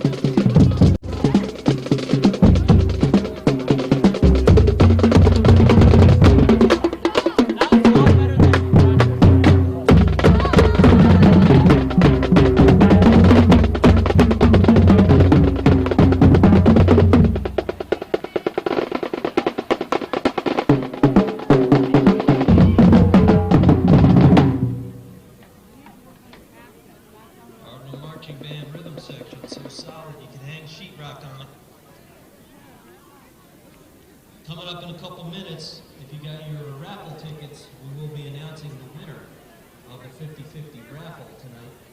Topped $140.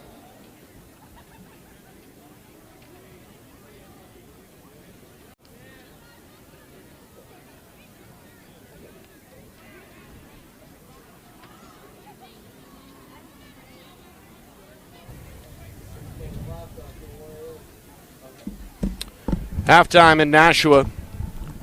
Pinkerton leading Bishop Guertin 15-6 here on our Friday Night Lights New Hampshire Game of the Week. It's presented by Beals Insurance. Our broadcasting partners also include tonight Ulster Property Services, now booking for fall cleanup, snow services, and interior home renovation projects. Contact Ulster Property Services at ulsterpropertyservices.com. Serving southern New Hampshire since 2012, Ulster offers commercial and residential landscaping and hardscaping services. Again, that's ulsterpropertyservices.com. Astros coming in at 5-1 on the season. BG also at 5-1. Pinkerton scored on the opening play. It was a 70-yard kickoff return for a touchdown by senior Don Terrio. 2-point conversion made it 8-0. That was our score through one quarter. Pinkerton padded their lead on a 1-yard touchdown run by junior Cole Yanako. Extra point kick was good. 15-0 Pinkerton at that point early on in the second quarter. BG responded just a minute later on a 60-yard touchdown run by Matt Sanasuazo. Extra point try failed, 15-6. And then at the tail end of that first half, Pinkerton, a field goal attempt was blocked. So that is our halftime score, 15-6. BG junior quarterback Matt Sanasuazo, we mentioned the 60-yard run, part of a 121-yard performance on the ground in that first half. The quarterback had 12 carries. He's a valuable player, Nick, on both sides of the ball. You got to have him working hard on safety. The punishment that he can take and still come up strong has just always impressed me. He's just so durable, great decision maker. He is something special for sure. But I think his most important feature is hard to believe. I think is actually safety on this team when you get into these tight games because he can control the game there, control it from getting out of hand. If you really want to come right down to it, Nick, if you take the 8 points out of this game on the special teams touchdown, this is basically a pretty much a tie game as far other than the missed extra point by BG. So you have to take that into consideration. And now BG gets the ball. This all can be evened up here pretty tight. If BG's going to get the ball in the opening drive, and if they can do something with it, that's going to change the complexion of the rest of the game for sure. All right, Steve, ready for some scores? I love scores. All right. Start with last night. You and I in Exeter to see a classic. Bedford, they get a 34-yard field goal from Joe Michael with 3 seconds left. What a game. Exeter 15-13. Bulldogs now 5-2 on the season. Exeter slips to 4-2. Another 1-point game on the Seacoast. Portsmouth came back to beat Dover 29-28. Clippers formidable 5-2, while Dover slips to 3-4. Central, they get their first win, 22-0 over Spalding. Little Grain have had problems with the COVID-19 situation this year. They've only played 4 games. Especially early on, yeah. But they are now 1-3. Spalding still winless at 0-7. South blew out Alvern last night. They get their second win, 46-14. Broncos still winless at 0-6. Speaking of shutouts, Londonderry blanks Keene 39-0 to improve to 7-0. Keene slips to 3-4. 3-4, Nick, but that's an incredible score against Keene. That just shows you what's going on in the strength of the land. Coach Lozon world over there in Londonderry. They are a powerful team to beat Keene to that number.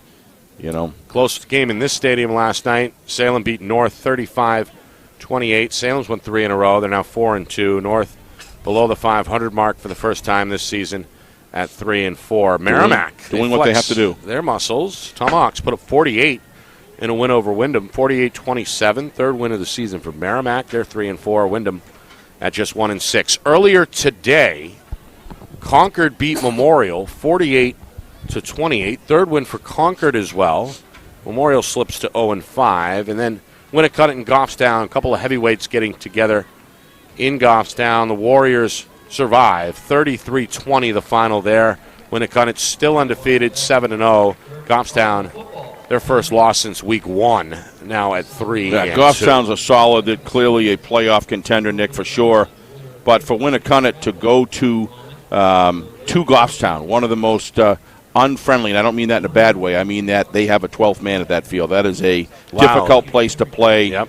They love their Grizzlies, and that's a tough place to play. So for Winnicott to go there and to win by, couple touchdowns basically? 33-20. 33-20. Yep. I still say that makes Winnicott a very strong team, and I would not count out Goffstown by any means. All right, our attention turns towards the second half, about a minute and a half away. BG will get the opening second half kickoff, trailing 15-6.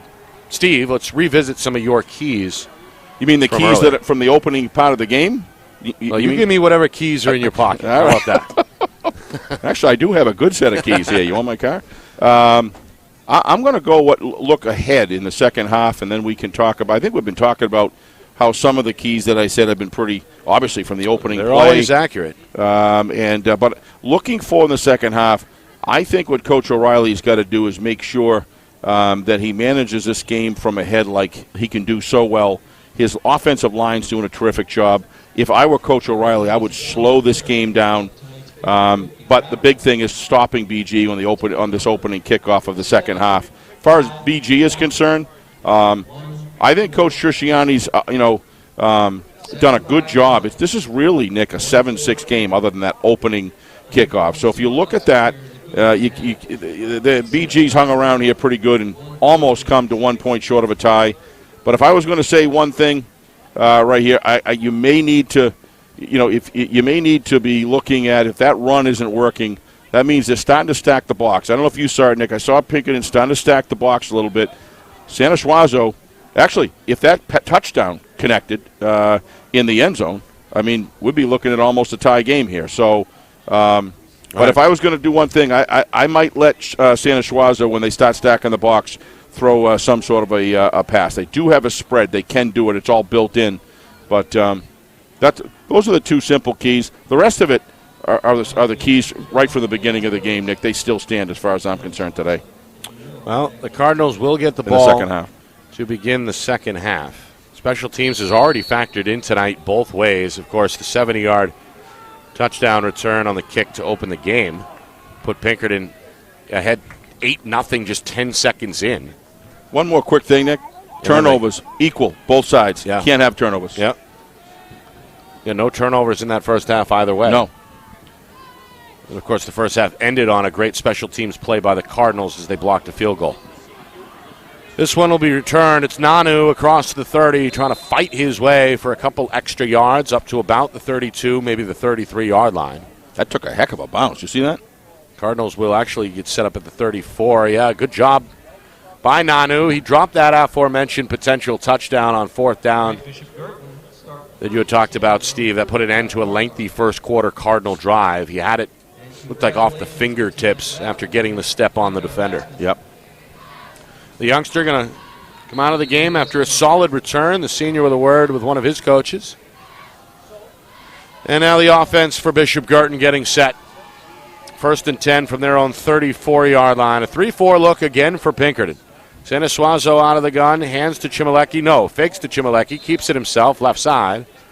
Goes across the 35 up to about the 37-yard line. Call it a gain of 3. Patrikis from the safety spot helping out in the tackle effort for Pinkerton. Looks like number 66 was the main guy in there in the tackle, Nick. That's one of their big guys as well, George Negro III. 6'6", 320-pounder. Wow. In and out of that defensive rotation along the front for Coach O'Reilly. All right. Second down and 7. Santa Suazo this time does give to the sophomore tailback Chmielewski, but he's not going to get much. Trying to power his way. Right side. Stopped by the nose tackle, Santuccio. He's got great vision in the trenches, Nick. He's built for it. He stays low to the ground, gets great separation. We've called his name a few times tonight already. Yep. First minute, second half in the books. 3rd and 5 for the Cardinals, trailing here 15-6. Bring Nanu back onto the field. Korkalakis steps off for BG. Coach Trisciani flashing hand signals along the home sideline. 3 receivers set again, 2 to the strong side right. On 3rd down, blitz coming. Sanasuazo is going to be swallowed up. Well timed off the edge. Ryan Placey, the 5'8 sophomore, comes in unabated. A clean lick on the quarterback. It's a sack, and now likely a punt situation for Coach Trisciani's Cardinals. Yeah, looking for a little more on that drive. I'm sure that BG was looking for a little more than that. That's just great defensive work. Yeah. Just what Pinkerton was hoping for. Absolutely. Well, Sanasuazo on the Cardinals sideline. This is a punt from Baker, who's the tight end. It goes high, takes a bounce on the near sideline, still inbounds. There's a Cardinal roll. Didn't get much. Not much either way in the end. Not much value there. Be down in the end at the 44-yard line. So that's where the Astro offense will take over for the first time here in the 3rd quarter. Nick Anastas, Steve Beals with you. Glad to have you join us. It's our Friday Night Lights New Hampshire Game of the Week, presented by Beals Insurance. Again, both teams looking for their 6th win, trying to improve to 6-1. Pinkerton had come in winners of 2 straight. BG had won 3 in a row, including a come-from-behind effort last week against Nashua North. Playing shorthanded tonight without Charlie Bellavance, one of their captains. Without Hunter Rayum, out with a leg injury tonight as well. He's tripped over his own man. One of the captains as well. But this BG Cardinal team, they fought hard on defense, tightening things up here on 1st and 10 as they meet Campos at the line of scrimmage. No gain on the run from the quarterback. It'll be 2nd down and 10. Yeah, that looked like he was running upfield to block for him, and he tripped over his feet. Kind of a strange play. Started out as a waggle play, and Campos in that first half ran the ball pretty well. Had a big run at the end of the 2nd quarter, called back. They may have had Pinkerton inside the 10-yard line, but a hold negated a long run from Campos. 4 penalties in that first half against Pinkerton, only 1 against Bishop Guertin. This is a good carry up here, close to midfield, just shy at the Astro 49-yard line. So a 3rd and 6 coming after that inside run from Cole Yanako. Yeah, the big penalty that really mattered for Pinkerton, Nick, was when they were down to the 9-yard line there, and they had that block in the back, which took them out of contention because they certainly looked like they were going to. Yeah, they were pretty well headed for score. Yeah, it was a long Campos run that was wiped out, a costly penalty. Again, 1 of 4 in that first half by Pinkerton. Here is the double reverse, and there goes the sophomore Michaud. Going to go untouched into the end zone for a 56-yard touchdown run. Well executed play, Nick. They got a great seal on the outside there. If you see on the outside, look at the seal block. Everyone stacked up. Great job kicking outside. And then Michaud, the sophomore, follows a start on defense tonight in place of Jake Albert. Taking Albert's spot on offense there as well. The outside run, 56 yards to the house. That's just great blocking right there, Nick. And then Michaud just ran the ball. Here we go. Look at the block on the outside by number 4. Terrific job. Open it up for Michaud. What great camera work from there. The sophomore. Boy, he can move. Point kick up and good by Bates right through the upright. So 22-6. Still technically a 2-score difference. 16 points now the gap, with just about 4 minutes gone by in this 3rd quarter. Yeah, the running game of Pinkerton and Nick looks strong. The blocking schemes are working. The downfield blocking has been is superb. That was one of the keys to the game. They've done a great job with that today, from what I can see. Caden Michaud, just a sophomore, showing that varsity speed. He's played well defensively tonight, as we mentioned, at cornerback as well. able to rip off that touchdown run, 56 yards. Gives Pinkerton some breathing room now, 22-6. Just under 4 minutes gone by. It's taken the air out of this crowd as well. It's a large crowd here tonight at Stello Stadium. It's filled in nicely since Yeah, it sure has. the opening kickoff at 6:30 Eastern. And the rain's held off so far. Yeah, the rain so far so good. A little bit of a breeze that has picked up consistently, but this large standing student section to my right, quiet right now after the visitors make this a 16-point game. This one a bouncer. Hopped on at about the 25, 26-yard line. That's where they'll mark it. Baker on the recovery. 1st and 10 coming up for the Cardinals. Yeah, the advantages of doing what Coach O'Reilly's doing right now is just taking Santa Suazo and their best runners out of the game, Nick. Why would you want to lose on special teams? One of the keys to the game for BG is they needed to at least tie or win the battle. They're probably tied as far as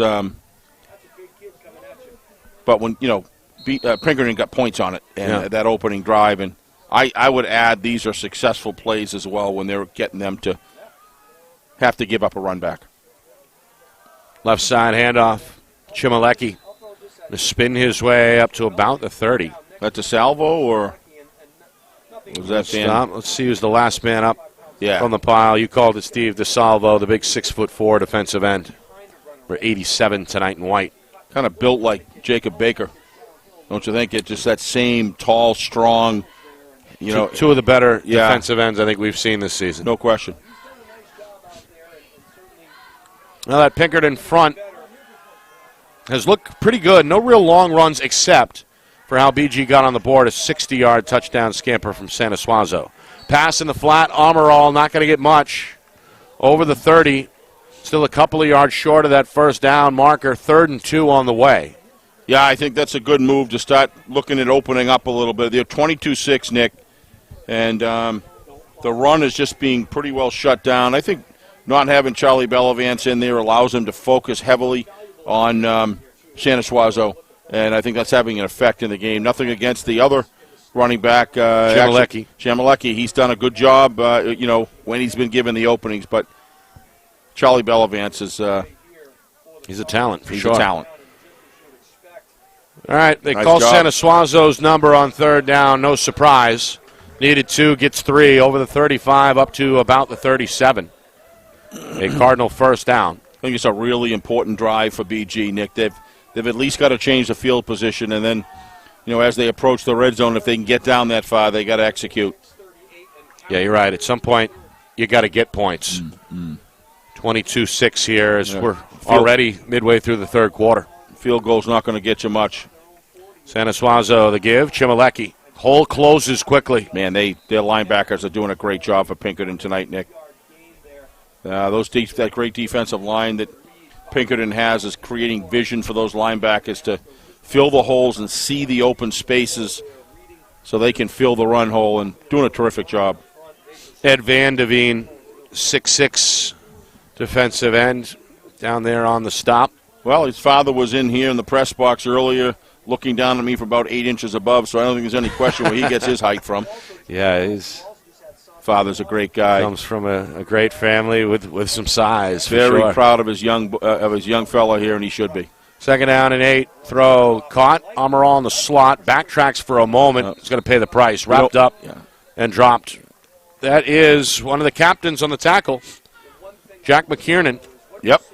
Got him around the waist. We'll see where they mark it, Steve. They're going to say the contact initially occurred at the BG 43-yard line. So that means 3rd down and 5 on the way here for the Cardinals, coming up on 5 minutes to go 3rd quarter. I saw a good team against Londonderry, play in that game that we saw them. Nick had a lot of mistakes, and they were playing Londonderry, which is clearly... You're talking about Pinkerton. Talking about Pinkerton, but this is an improve. There are just things going on here that show they are continuing to improve. They're going to be tough. Yeah, they're going to tighten up the coverage now. Drop the corners back. Santa Suazo on a 3rd down run is going to be very close. Yeah, he's got it. Tackled right at the marker. Patricus met him there at about the 49-yard line. They do say 1st down. Good stop by the safety, but Bellavance fighting hard, gets the necessary inch to move the sticks. Oh, you mean Santa Suazo, right? That's what I meant. Yep. Santa Suazo over 120 yards on the ground in that first half. Half of them came on that touchdown run.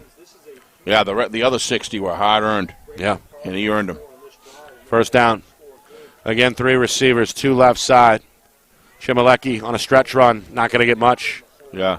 Both Patricus and I believe Terenzio, the 2 to meet him at the line of scrimmage. No gain, 2nd and 10. I don't think Chmielewski's going to beat any of these guys. They're doing a great job containing this by design, Nick. When you get ahead like this, you want to make sure you push everything on the inside. Pinkerton's doing a great job of anchoring on the outside in. If I was Chmielewski, I'd start turning upfield a little bit earlier to grab what yardage is there, because every time he tries to sweep the ball, it's just not happening because they're playing against that. 2nd down and 9 officially. 3-man front for Pinkerton. Counter handoff. Chmielewski, good second effort. Makes his way across midfield into Pinkerton territory at about the 48-yard line. Did a nice job turning upfield that time, Nick. You got to. Brian Parker, one of the defensive linemen. Sorry to cut you off. That's all right. In on the tackle. It's the backup nose tackle. But yeah, you're right, Steve. We've seen Chmielewski, who's just a sophomore. Yeah. Not the biggest back out there, but running hard, keeping that body down low, keeping those legs turning. But Pinkerton's game here, look at those defensive ends, Nick. They're way outside, or the tackles. They're putting them way outside. 3rd down. Catch. It's Baker. Baker going to make somebody miss and pick up a first down. Nice job. Nice play. First catch for the senior tight end tonight. This is what I said that we want to see here. 22-6. If you're a BG fan or you're from the side, you got to give Santa Suazo an opportunity to open up the field a little bit. He's improved his throwing, Nick. If you look at his throws tonight, they've been pretty much on the mark. He had a touchdown pass here that got dropped, obviously, but beautiful throw there. Yeah. And then Baker, former offensive tackle, turned upfield well. Who was turned into a tight end, able to make somebody miss there. It's a big gainer. No question the center on BG is going to have some hands, Nick, for sure. Or is he a forward? He was a center, right? Oh, well, we'll get to that story in just a moment. We got a 4-receiver set here as BG spreads it way out. Chmielewski on a draw, not going to get much, maybe a yard or 2. Well, his older brother Lucas was the center. Lucas on the basketball team that won the Division I state title last winter. Right. Jacob, I don't believe, does play basketball. He may. No. But his older brother, 6'5", manned the middle on that championship squad. Well, why don't we say hands are in the family? How about that? Yep. Meanwhile, Baker going to lumber his way towards the home sideline, going to take a breath here as he comes out of the game for a moment. We hit the 2-minute mark, 3rd quarter. BG trying to make this a 1-score game. Got to get inside the red zone perhaps first. They're outside the 30 here. Another quarterback run call up the middle. Santa Suazo hit low by Patricus at about the 32-yard line. Van de Veen in there again as well for Pinkerton. Looks like Baker's cramped up. Yeah, they're going to lay him down on the table and stretch him out. Some of the assistant coaches helping out the athletic trainer. Meanwhile, on the field, BG awaiting a 3rd down and 6 from just outside the 31-yard line. Breeze starting to pick up, Steve, here in Nashua. Feels good. Not sure if the weather is going to hold off much longer. I don't either. Saw some rain in the forecast for the 8 o'clock hour. We are now in the 8 o'clock hour here on the East Coast. Santa Suazo down the field, touchdown! Got to open him up. That's what I was saying earlier, Adam Nenu pass. Atones for the drop in the end zone earlier. The senior able to stretch the field and pull that one in for 6. Well, he runs a really good receiver route, Nick. And Santa Suazo trusted. They both trusted one another. Santa Suazo, he has laid 2 passes to him right in the basket, Nick, and I'm sure he feels good catching that ball. A 31-yard touchdown hookup. Santa Suazo to Nenu, the junior to the senior. Look at that pass. A gorgeous rainbow throw from 31 yards out. Now 22-12 with just over a minute. Going for 2, I think. Absolutely. I think no question Coach Trish wants to make this an 8-point game, a 1-score game. Big play here. Roll out Santa Suazo to the right. Closed on by De Silva. The throw is caught in the end zone, I believe, for 2. No, they say dropped it. Wow, looking for the officials, no signal. Now Yeah, they they say look- incomplete. They looked all the way at the official down the other end. They That's- were all looking at him, and he waved it off. That's Chase Amaral in the end zone. He couldn't pull it in. Thought he had it, but no. Incomplete. Failed 2-point try. Keeps it as a 10-point Pinkerton lead, 22-12. I'm sure we'll get another look at that on replay, Nick. So, a good response, though, by BG. They go down nearly 80 yards into the end zone. They cap it off on the 31-yard touchdown strike from Santa Suazo. Here's a better to look Nanu. Keep in mind, Steve, what we're seeing is a few seconds behind what the crowd is seeing. Right? I'm still watching it, brother. Gorgeous hookup, highlight type. Santa Suazo, Wow, a 60-yard touchdown run in the first quarter, then a 31-yard touchdown run in the third quarter. What I saw on replay, I didn't see the close camera. I saw the distant one in the field, and I saw upstairs. And I didn't see a ball that was dropped there. Looks like we're going to see it. Look, no. Well, the officials took their time communicating with one another before ruling that 2-point try pass incomplete. I'd like to see that again. That was check that one out later. All right, Pinkerton. He might have bobbled it. You just couldn't see it, and maybe they did. All right, this one up the middle. Fielded on the hop by Patricus. Works his way up across the 40 and up to about the 44-yard line. Senior a little shaken up, Steve, grabbing his back and in some pain, limping towards the sideline. Of course, he's not just the kick returner, but a big part of that secondary as one of the starting safeties. Right. Going to check him out on that sideline. Meanwhile, Baker, I think, Steve, is still out as well. No, he is back on the field. He's back on, yep. At the defensive end position here on the near side for BG. So 55 seconds, third quarter. Astros see their lead trimmed to 10. Trying to respond here on a 1st and 10 from their own 44-yard line. It's an inside give. Good second effort. I think that's Bates. Yep, it is Bates. Power his way up to about the 47, a gain of 4 on first down. That's a pair of strong guys right there, Bates and haven't even used McKiernan tonight. No, they haven't. They've used Terrio, who's going to check into the huddle now on a few inside runs in that first half. So it's been a parade, kind of a committee behind Cole Yanako carrying the football tonight for the visiting Astros. Inside of 20 seconds, this may be the final play of the third quarter. Campos dropped the snap. Senior going to have to fumble. They got it back. Fall back on top of that fumble. They retain possession. They swallow it down to do so. And the fourth quarter is going to open up with a 3rd down and 6 from near midfield.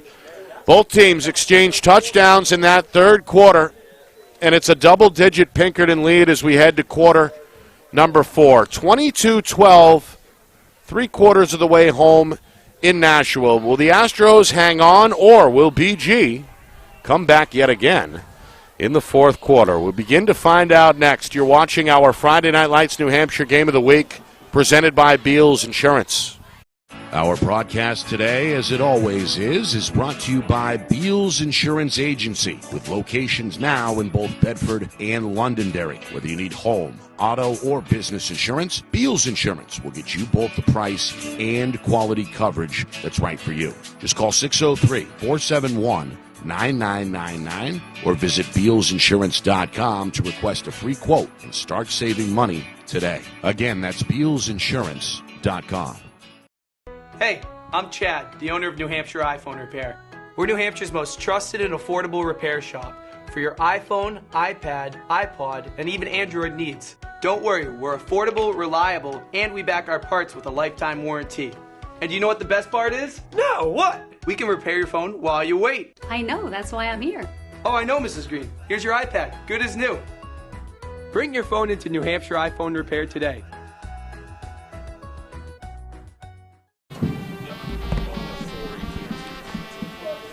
All right, fourth quarter. Campos under pressure, looking for Goki on third down. Incomplete, took a hit in the backfield when he released that one. Good pressure by Carter Accomando for Bishop Guertin. So 4th down and 6. Astros a decision to make on their own side of the field at the 48-yard line. They've got a 22-12 lead. Both teams coming in tonight at 5-1 on the season. Both teams may meet in a rematch in a couple of weeks when the playoffs get underway in early November. Certainly looks that way. Each team considered one of the title contenders this season in Division I. Pinkerton has played with the lead since the get-go. Opened the scoring on the opening kickoff. A 70-yard touchdown return by Don Terrio. 2-point try gave them an 8-0 lead. What a kick. Bates high in the sky. Back to return. This is Santa Suazo at his own 15. Across the 20, a stiff arm. Pretty good one, too, at the 25 before he's dropped at the 26-yard line. Pinkerton, just to finish the recap, opened the second quarter with a touchdown, a 1-yard touchdown run by Junior Cole Yanako to make it 15-0. Meanwhile, flag is on the play here. Official's going to talk about it. BG on the board for the first time. Early in that second quarter, Matt Sanasuazo, a 60-yard touchdown run. And that's where we were after a blocked field goal closed out the first half. Pinkerton tried to add to the lead, could not, as the Cardinals blocked the kick. So 15-6 was the Astro lead at halftime. Visitors piled on another touchdown in the opening minutes of the third quarter. Caden Michaud, the sophomore, a highlight-style 56-yard touchdown run, made it 22-6 moments ago at the end of that third quarter. A Sanasuazo to Nano hookup of 31 yards brings BG back within 10. The 2-point try fails. 22-12 through 3 quarters. Nick Anastas, Steve Beals, penalty against BG. Going to back up the Cardinals inside their own 10-yard line at the 7. So very tough sledding to begin this drive, Steve, with basically the entire fourth quarter still to be played here for BG. Yeah, that doesn't help you in the position game, Nick, as far as field position is concerned. But going back to that last play, that was one heck of a stiff arm from Sanasuazo, Nick. Sure was. Wow. He's run hard tonight. Over 120 yards in that first half. Yep. Added to that total in the third quarter, and now guiding the offense here, trying to make it on a 1st down and 10 from his own 7-yard line. Goes up the middle with some power running. Been the leading rusher tonight, 12 carries in that first half, and a handful more in the third quarter. He's up across the 10 to about the 12 and a 5-yard pickup, 2nd down and 5. This is the time you got to be very patient if you're BG. Take your time. This drive is important. They've got it within 10 points, but it's still a 2-score game, Nick, so they got to take their time here. 2nd down and 5. Handoff. This is a new ball carrier, Steve. Marcel Vernon. 1st down, I think. First carry of the night for the junior tailback, and he sees. You look good. Sees the sticks move at the 19-yard line. Good 7-yard pickup. But that's the way Pinkerton's playing it, Nick. They're going to give you that inside turn-up field because they want to push you into their good linebacking core. They don't want you outside. Ran behind the right tackle, C.J. Janad. They go back to him. This time Vernon not going to get much. Maybe a yard up the middle. Yanako along with Negro on the stop. 2nd down and 8. Well, again, just 2 weeks remaining in the regular season. BG, best record in D1 West. Pinkerton still chasing Londonderry in D1 South. Lancers have that tiebreaker in their back pocket as well. So the only way Pinkerton could win the South would be if Londonderry lost both of their final games and Pinkerton finished out unbeaten. What a terrific play by Vernon. Yanako. Cut down by Yanako where? About, I'd say 5 yards shy of that first down marker. 3rd and 5 coming. He looked like he had some space to run, and Yanako closed it right down. What a terrific play. 2 minutes in the books, fourth quarter, clock continuing to tick. Cardinals need to keep this drive going. 3rd down and 5 from their own 23. 3-man front for Pinkerton. Sanasuazo running right, cuts close. It's going to be close. Yeah. I'm Hitting the hole. I'm not sure he's got it, Nick. I think he landed a little short. Negro again with the stop. And, yeah, it's going to be 4th down and less than a yard. Yep. Ball's just shy of the 28-yard line. Cardinals really, I think, no other choice but to go for it. Down to 9 minutes to go here now in regulation. They trail 22-12. Yeah, you can't. It's just you can't give it back to Pinkerton at this point, Nick. I agree with this call. 4th and 1. You've got an excellent runner. Somebody jumped. They jumped. It's all moot now. But if you don't go for it, Nick. That's Parker down there. The 5'9" nose jumped over the ball. Yeah, if you don't go for it, you don't get it. You don't get that opportunity. So that was a good hard count. Good hard count by Santa Suazo. And that moves the chains for them and does make the game a little more interesting with, plenty of time here, 9:04. But I have to tell you, watching Pinkerton, these matchups with Pinkerton against a good BG team, I as the game wears on, I become more and more impressed. Vernon has been the running back of choice on this drive, over the 35, flops his way up to about the 36. Terenzio, another stop for Pinkerton. The awareness of the individual positional play on the Pinkerton players right now, Nick, is this is typical of Pinkerton. Just get better and better throughout the year. Yeah, if they can stay healthy. Both teams just one loss coming in. Both fell to Londonderry. They're looking good. Lancers picked up their 7th win of the season to stay unbeaten earlier today. No problem at all with Alvern, 46-14. Santa Suazo, eyes downfield on 2nd and 7, going to tuck and run and pick up the first down along the near sideline. He is dynamic, Nick. You see him faked a couple times or either was thinking about throwing the ball down the field. He kept 2 hands on it the whole time, which is important. And then he tucks it under and gets the first down. Tackled in the end by Terrio. Boy, we've been very fortunate these last 2 games, Nick, to have 2 good games to call. Yeah. Last night, a classic in Exeter. Yeah. Bedford comes from behind to win it the last second with a field goal. Vernon going to be plugged up. That's Parker, the man who caught the penalty a moment ago. Atones there with a tackle for a loss. Checked in on that play for sure. Meanwhile, over 4 minutes now gone by, 4th quarter. BG, they've played with pace all night tonight. Going to have to hurry that pace up as they attempt to wipe out this 10-point deficit. I think, Coach, I think he's more than happy to take the time that he needs. To ensure the points. Absolutely. Yeah. Right side run. Nowhere to go. Yep. Just a pile of bodies at the edge. Stretch run gets nothing. DeSalvo, McKiernan, and Michoud, the last 3 up out of the bottom of that pile for Pinkerton on the stop. Watch all the players, Nick, on Pinkerton, on the Astros, stay square, keep their hips square to the line, maintain separation. Don't allow any of the offensive blockers to get you inside and tucked in with them. They do a great job, and they're swarming very well to the ball. 3rd and 9. Certainly 4-down territory here. 2 receivers, strong side left. Pinkerton in the 3-4, showing blitz up the middle. Santa Suazo throws left side. Catch made from his knees. That's Szymanski. It's going to be ruled down right where he caught it. He had his knee on the turf on the Pinkerton side of the 50 at the 49. That's going to be about 4 yards shy of the first down marker, so 4th down and 4. I like the call, Nick. Rather than trying to get it all in one bunch, it opens up the playbook for Pinkerton there, and they could see that the cornerbacks were given that amount of room there, so grab it on 3rd down. We're at the midway point, 4th quarter. Coach Trish change up the play here. He sees something on the defense that he wants to exploit. Shift by Szymanski in the backfield. They fake to him. They keep it with the quarterback. It's Santa Suazo is going to be tackled short of that first down marker. I don't think he's a good yard short. Patricus out of the secondary for the tackle.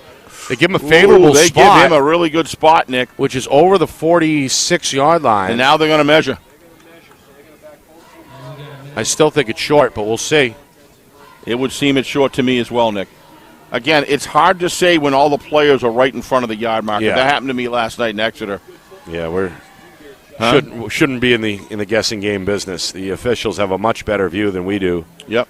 But I still stick with my initial inclination. I thought he was well short. But let's see. I'm not sure now. I think we. Oh, they got it. They got it. Yeah, by the football. Oh, and move those chains. All right, stand corrected. BG, they needed that. That's a lifeline to keep this game going here. Inside of 6 minutes now, they get the first down on the fourth down conversion. Well, I was going by where the yard marker was there, Nick, when the original, before they moved it. I thought he got a good spot, too. I think they got a favorable spot. Maybe he got there in forward motion, Nick. I don't know, but that does look like a pretty darn good spot. But here we are. Yeah. Certainly fought hard for that first down. Absolutely. Santa Suazo has run hard tonight, and his extra effort pays off. Yep. To keep the drive alive. Clock beginning to run again, ticking down towards 5 minutes. On 1st and 10, his pass is tipped and incomplete. Yanako got his right hand on it, Steve. Incomplete. That'll stop the clock with 5:28 to go, fourth quarter. One of those players, Nick, that just checks into the game, and he's not just a great runner. He's everywhere. And he's got a handful of tackles tonight. His arm or hand, either one, on the football there to knock that one incomplete. And, of course, he's been the leading rusher for Pinkerton tonight. Scored a 1-yard touchdown in the second quarter. He's done what they've expected him to do, right? I mean, he's absolutely become a bigger and bigger member of the team. What a turn. Szymanski, a good spin move. First down, BG. What a nice turn. Along the sideline, taken out eventually inside the 30-yard line. Yeah, the defender took the position on an inside turn, and he did a great job faking it, Nick, and rolling outside. That's a big play right there. That probably saved him. If you're going to look at the sequence of the drive down the field, probably bought him another minute here in the game. It's been a lengthy drive, coming up on 5 minutes. Roll out, run. Baker can't pull it in. Incomplete. Yeah. Would have been his second catch tonight, but the former lineman Coach Trish couldn't secure that one. Coach Trish throwing on first down a lot here. Rather than grab that run, I think you have to now with five minutes. I think you're right, but he's done it even when there was 9-10 minutes on the clock earlier, Nick. Yep. And I think 3 out of 4 it's paid off for him. A lot of talking defensively right now for Pinkerton. Is this unit trying to buckle down, hoping to prevent BG from coming inside the red zone? Only one trip inside the 20 tonight for BG. That came back in the first quarter. On the rollout, Santa Suazo now running for his life inside the 20 sideline. A big block and That's not a wow. I don't know about that. They went along with that it. Looked like a good block to me, Nick. Flag at the 22-yard line. Well, the officials might have felt like that one. No, I don't agree. May have been a blindside block. It comes on the sideline. It comes at the tail end of the run. And it comes inside of 5 minutes now remaining in this fourth quarter. Let's take a look at it here.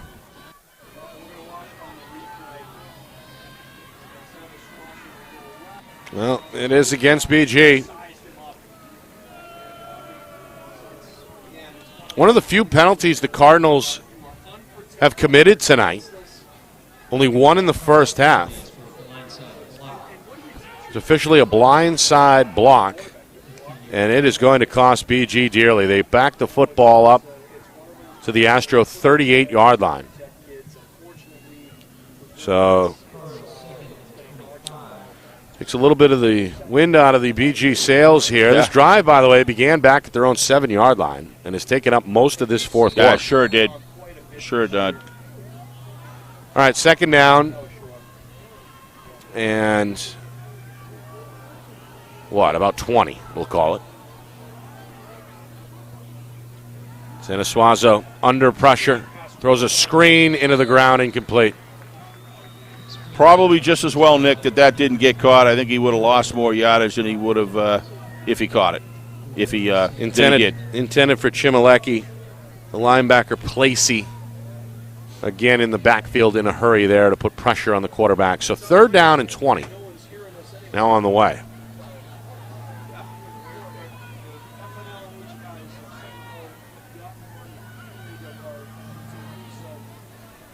Three receivers set.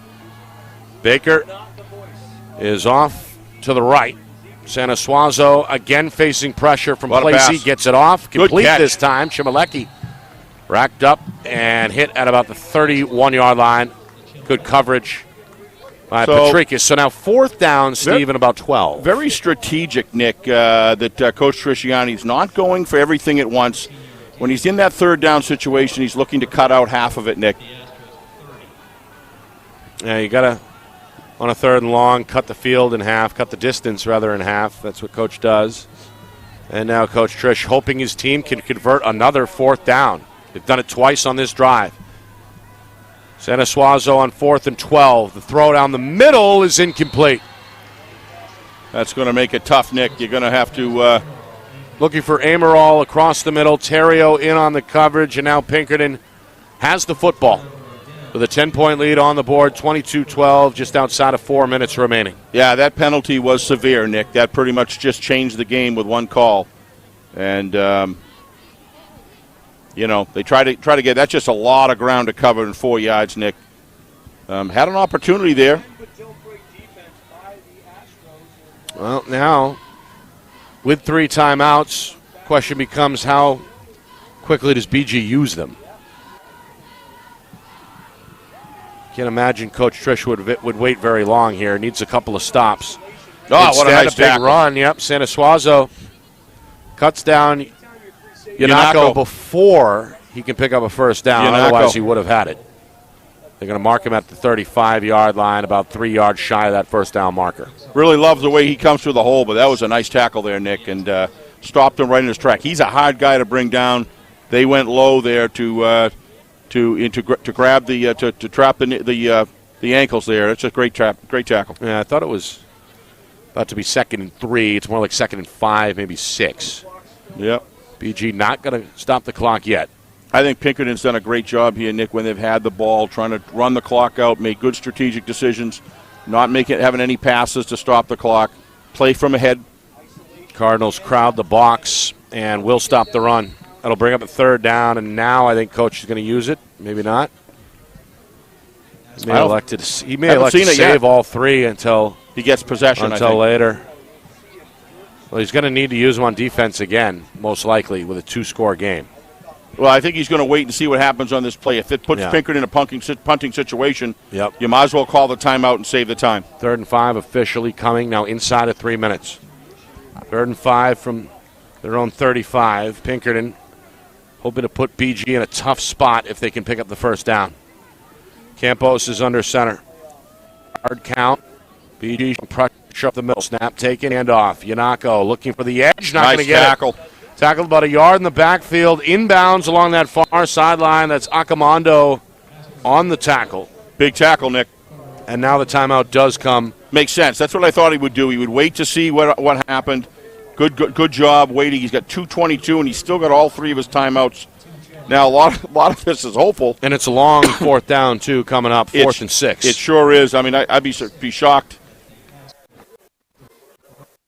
if they kick it deep to Santa Suazo, Nick. They haven't given him a kickoff yet. I would expect they may try to do an angle kick down, grab some yardage, and get that straight defense out there to defend it. Done a good job Pinkerton has, Nick, in this game, managing it.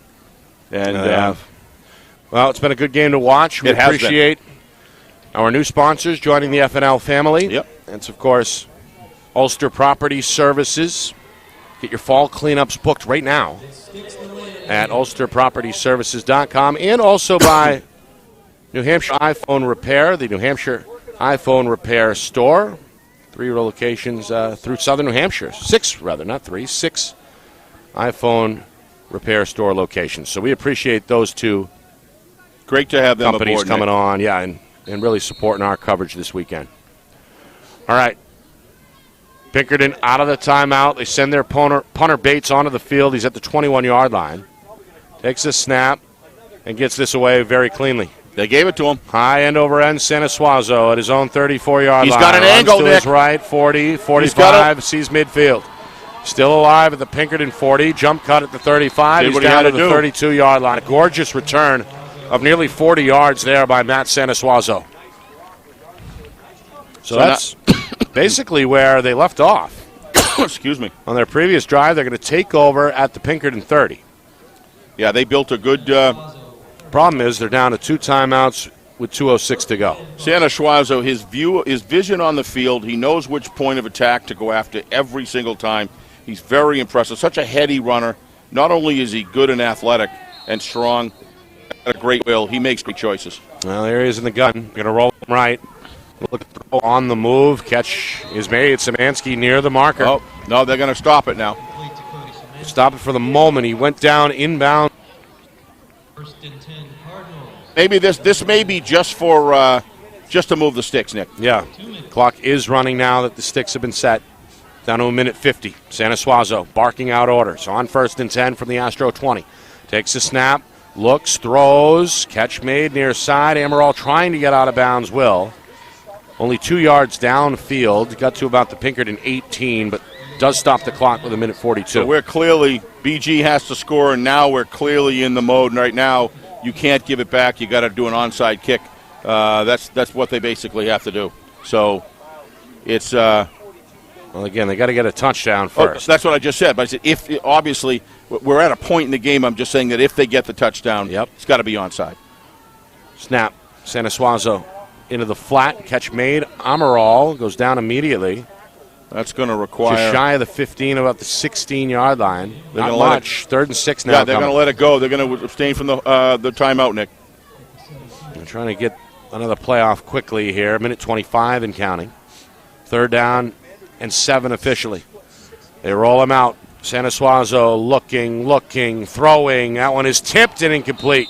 Campos in there defensively for Pinkerton. Got his right hand on it. Yep. Intended over the middle for Amaral, but incomplete. Now a 4th down again for the Cardinals. Seemingly 1 4th down after another here in this 4th quarter for BG. How many 4th downs has that been on That's this drive? Is this like the 4th? Oh, yeah, 3 or 4 on the previous drive. I think it's 4 just on the drive. Yeah, I think this is the 5th, maybe even 6th time they faced the 4th down this quarter. Minute 13. Been able to survive. 4th down and 7, and now Coach O'Reilly is going to call a timeout on defense here for Pinkerton. Of course he is. He does this all the time, Nick. He waits for the offensive set of BG to go out there, and what does he do? He calls a timeout, waits for that to happen. That's a smart thing to do. Get his players set. Forces Coach Trisciani to probably go to a second favorite play. Right? That's just good management of a good defensive management of a game. Coming up after the game, full recap here from Stello Stadium. We'll look back at this one, plus a look at some of the other scores from around Week 7, some of those games today, some last night. Run down the full D1's scoreboard for you. Get you some stats from this game if we can track them down as well. So all coming up, part of our post-game show here in Nashua. So 22-12. Pinkerton has led throughout. He scored on an opening touchdown of 70 yards. Kick return by Don Terrio. 2-point try made it 8-0. That was our score through 1. Yannico, a touchdown run of 1 yard. Put Pinkerton out in front 15-0. Santa Schwazo got BG on the board with a 60-yard touchdown run just before halftime. Wouldn't be least bit surprised if an end zone pass here, Nick. 4th down. It's all on this. It's in the air. It's a jump ball, and it's incomplete. And they lose. Szymanski against Michoud in the end zone. Incomplete.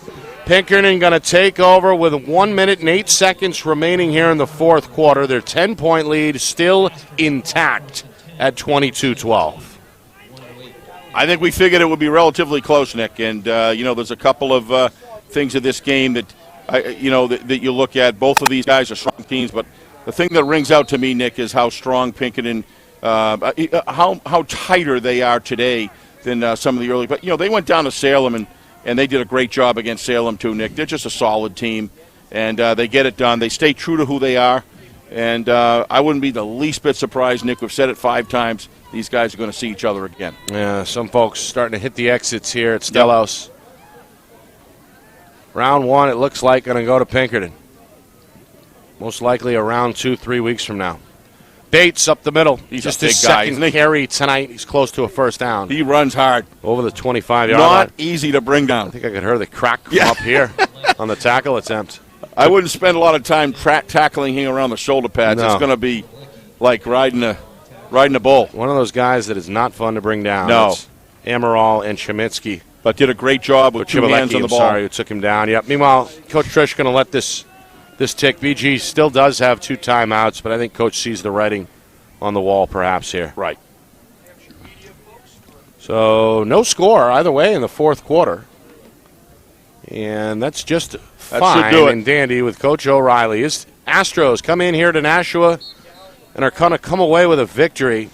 22-12. Pinkerton improves to now what? 6 on the season, while BG is going to fall to 5-2 following a hard-fought battle here at Stello Stadium tonight. Hard-fought. Both of these teams are going to be fine, Nick. I think that this is about the type of game one way or the other that I expected. I'm impressed with how technically sound and how disciplined Pinkerton was tonight. Not that I ever expected they wouldn't be, but I just mean to the level that they're playing right now. They are ready. They are a playoff-ready team, not only just because of their record, it's also the way that they're playing every single week. And you can see they're improving. Well-managed game by Pinkerton. Timeouts called at the right time. Good use of so many good running backs to ground and pound it hard, get around the edge a little bit. I thought Campos played very well tonight. He didn't make any turnovers. I don't think Pinkerton have any turnovers at all. Actually, was there a turnover in the game? I don't think so. I don't think so. No. So very clean on both sides there. Special teams was a factor, obviously, tonight. Yep. No question about that. And then I think the reception in the end zone by BG certainly changed the complexion of this game. Had opportunity there to neutralize pretty early the special teams opening touchdown by Pinkerton. But I think those two things kind of gave Pinkerton gradually just earned it over time, done a terrific job tonight. But both of these teams are going to be just fine, as I said earlier, Nick. I don't know what you saw, but well, we'll talk about it when we come back. We'll step aside, full post game, full recap, some stats, and more analysis, plus an out-of-town scoreboard for you, Week 7 in the books statewide. More in a moment. You are watching our Friday Night Lights New Hampshire Game of the Week, presented by Beals Insurance. Our broadcast today, as it always is brought to you by Beals Insurance Agency, with locations now in both Bedford and Londonderry. Whether you need home, auto, or business insurance, Beals Insurance will get you both the price and quality coverage that's right for you. Just call 603-471-9999 or visit BealsInsurance.com to request a free quote and start saving money today. Again, that's BealsInsurance.com. Hey, I'm Chad, the owner of New Hampshire iPhone Repair. We're New Hampshire's most trusted and affordable repair shop for your iPhone, iPad, iPod, and even Android needs. Don't worry, we're affordable, reliable, and we back our parts with a lifetime warranty. And do you know what the best part is? No, what? We can repair your phone while you wait. I know, that's why I'm here. Oh, I know, Mrs. Green. Here's your iPad, good as new. Bring your phone into New Hampshire iPhone Repair today.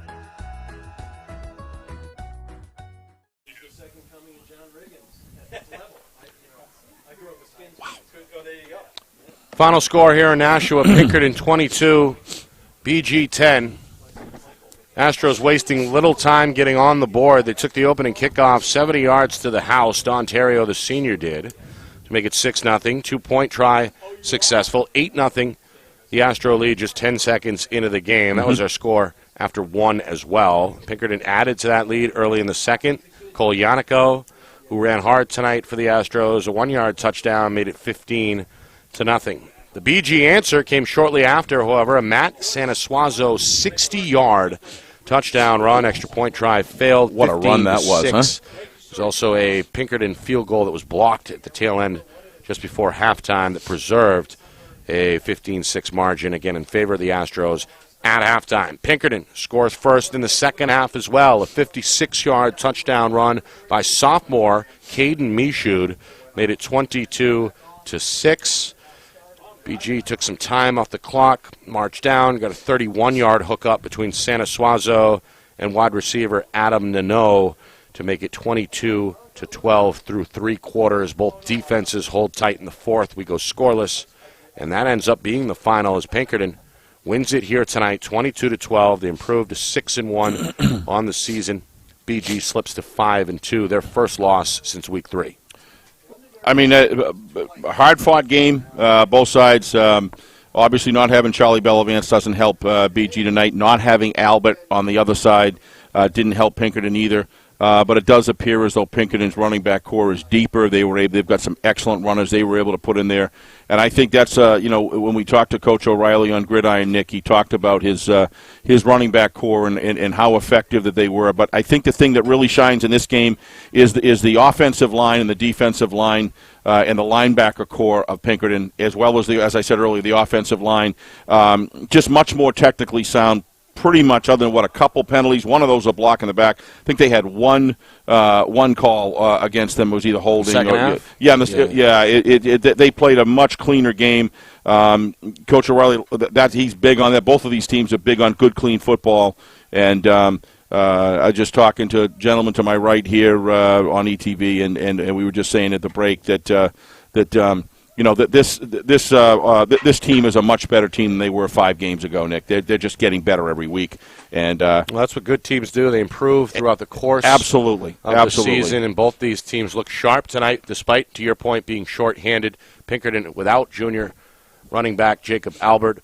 Well, Bellavance absent for Guertin tonight, but not the only captain on the sideline. Hunter Rayum didn't play either. That's true, yes. The junior was sorely missed with a shoulder injury, so we'll see. Hopefully those guys can get on the field before the end of the campaign. I think just real quick before we go, I think Charlie Bellavance on the field, they have a thinner offensive, running back core than Pinkerton, obviously. So losing Charlie's a big factor.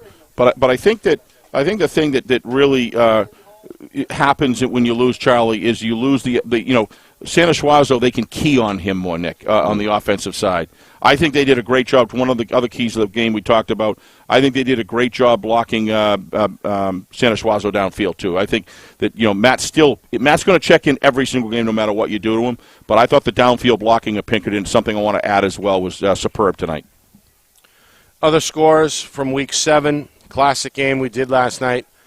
In Exeter, Bedford, last-second field goal. They top Exeter 15-13. That broadcast in its entirety is available on our YouTube channel, FNL-NH Media.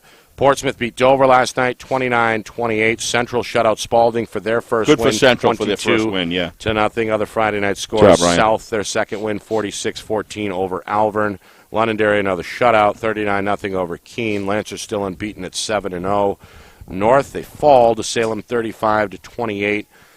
Blue Devils have won 3 in a row now. Merrimack, their third win, 48-27 over Wyndham. A couple of Saturday scores for you. Concord, winners over Memorial, 48-28. Winnicott tops Goffstown, 33-20. Warriors, unbeaten at 7-0. Final thoughts from what we saw here, Steve, as Pinkerton walks away a winner, 22-12. Obviously, 2 playoff teams, and I agree with everyone that up in our clubhouse / press box up here that I think everybody agrees these teams are most likely to see each other again. And it's going to be one heck of a game to watch, and this is just such a great venue to play in. What a place to watch a game, and everybody's so good here, and it's just fun being up here and watching this kind of quality football. High school football, these programs are both continuing to gain numbers. Pinkerton's always been strong, but you can see how good they are. And with Charlie Bellavance back, BG's going to be awful tough to beat as well. Certainly are.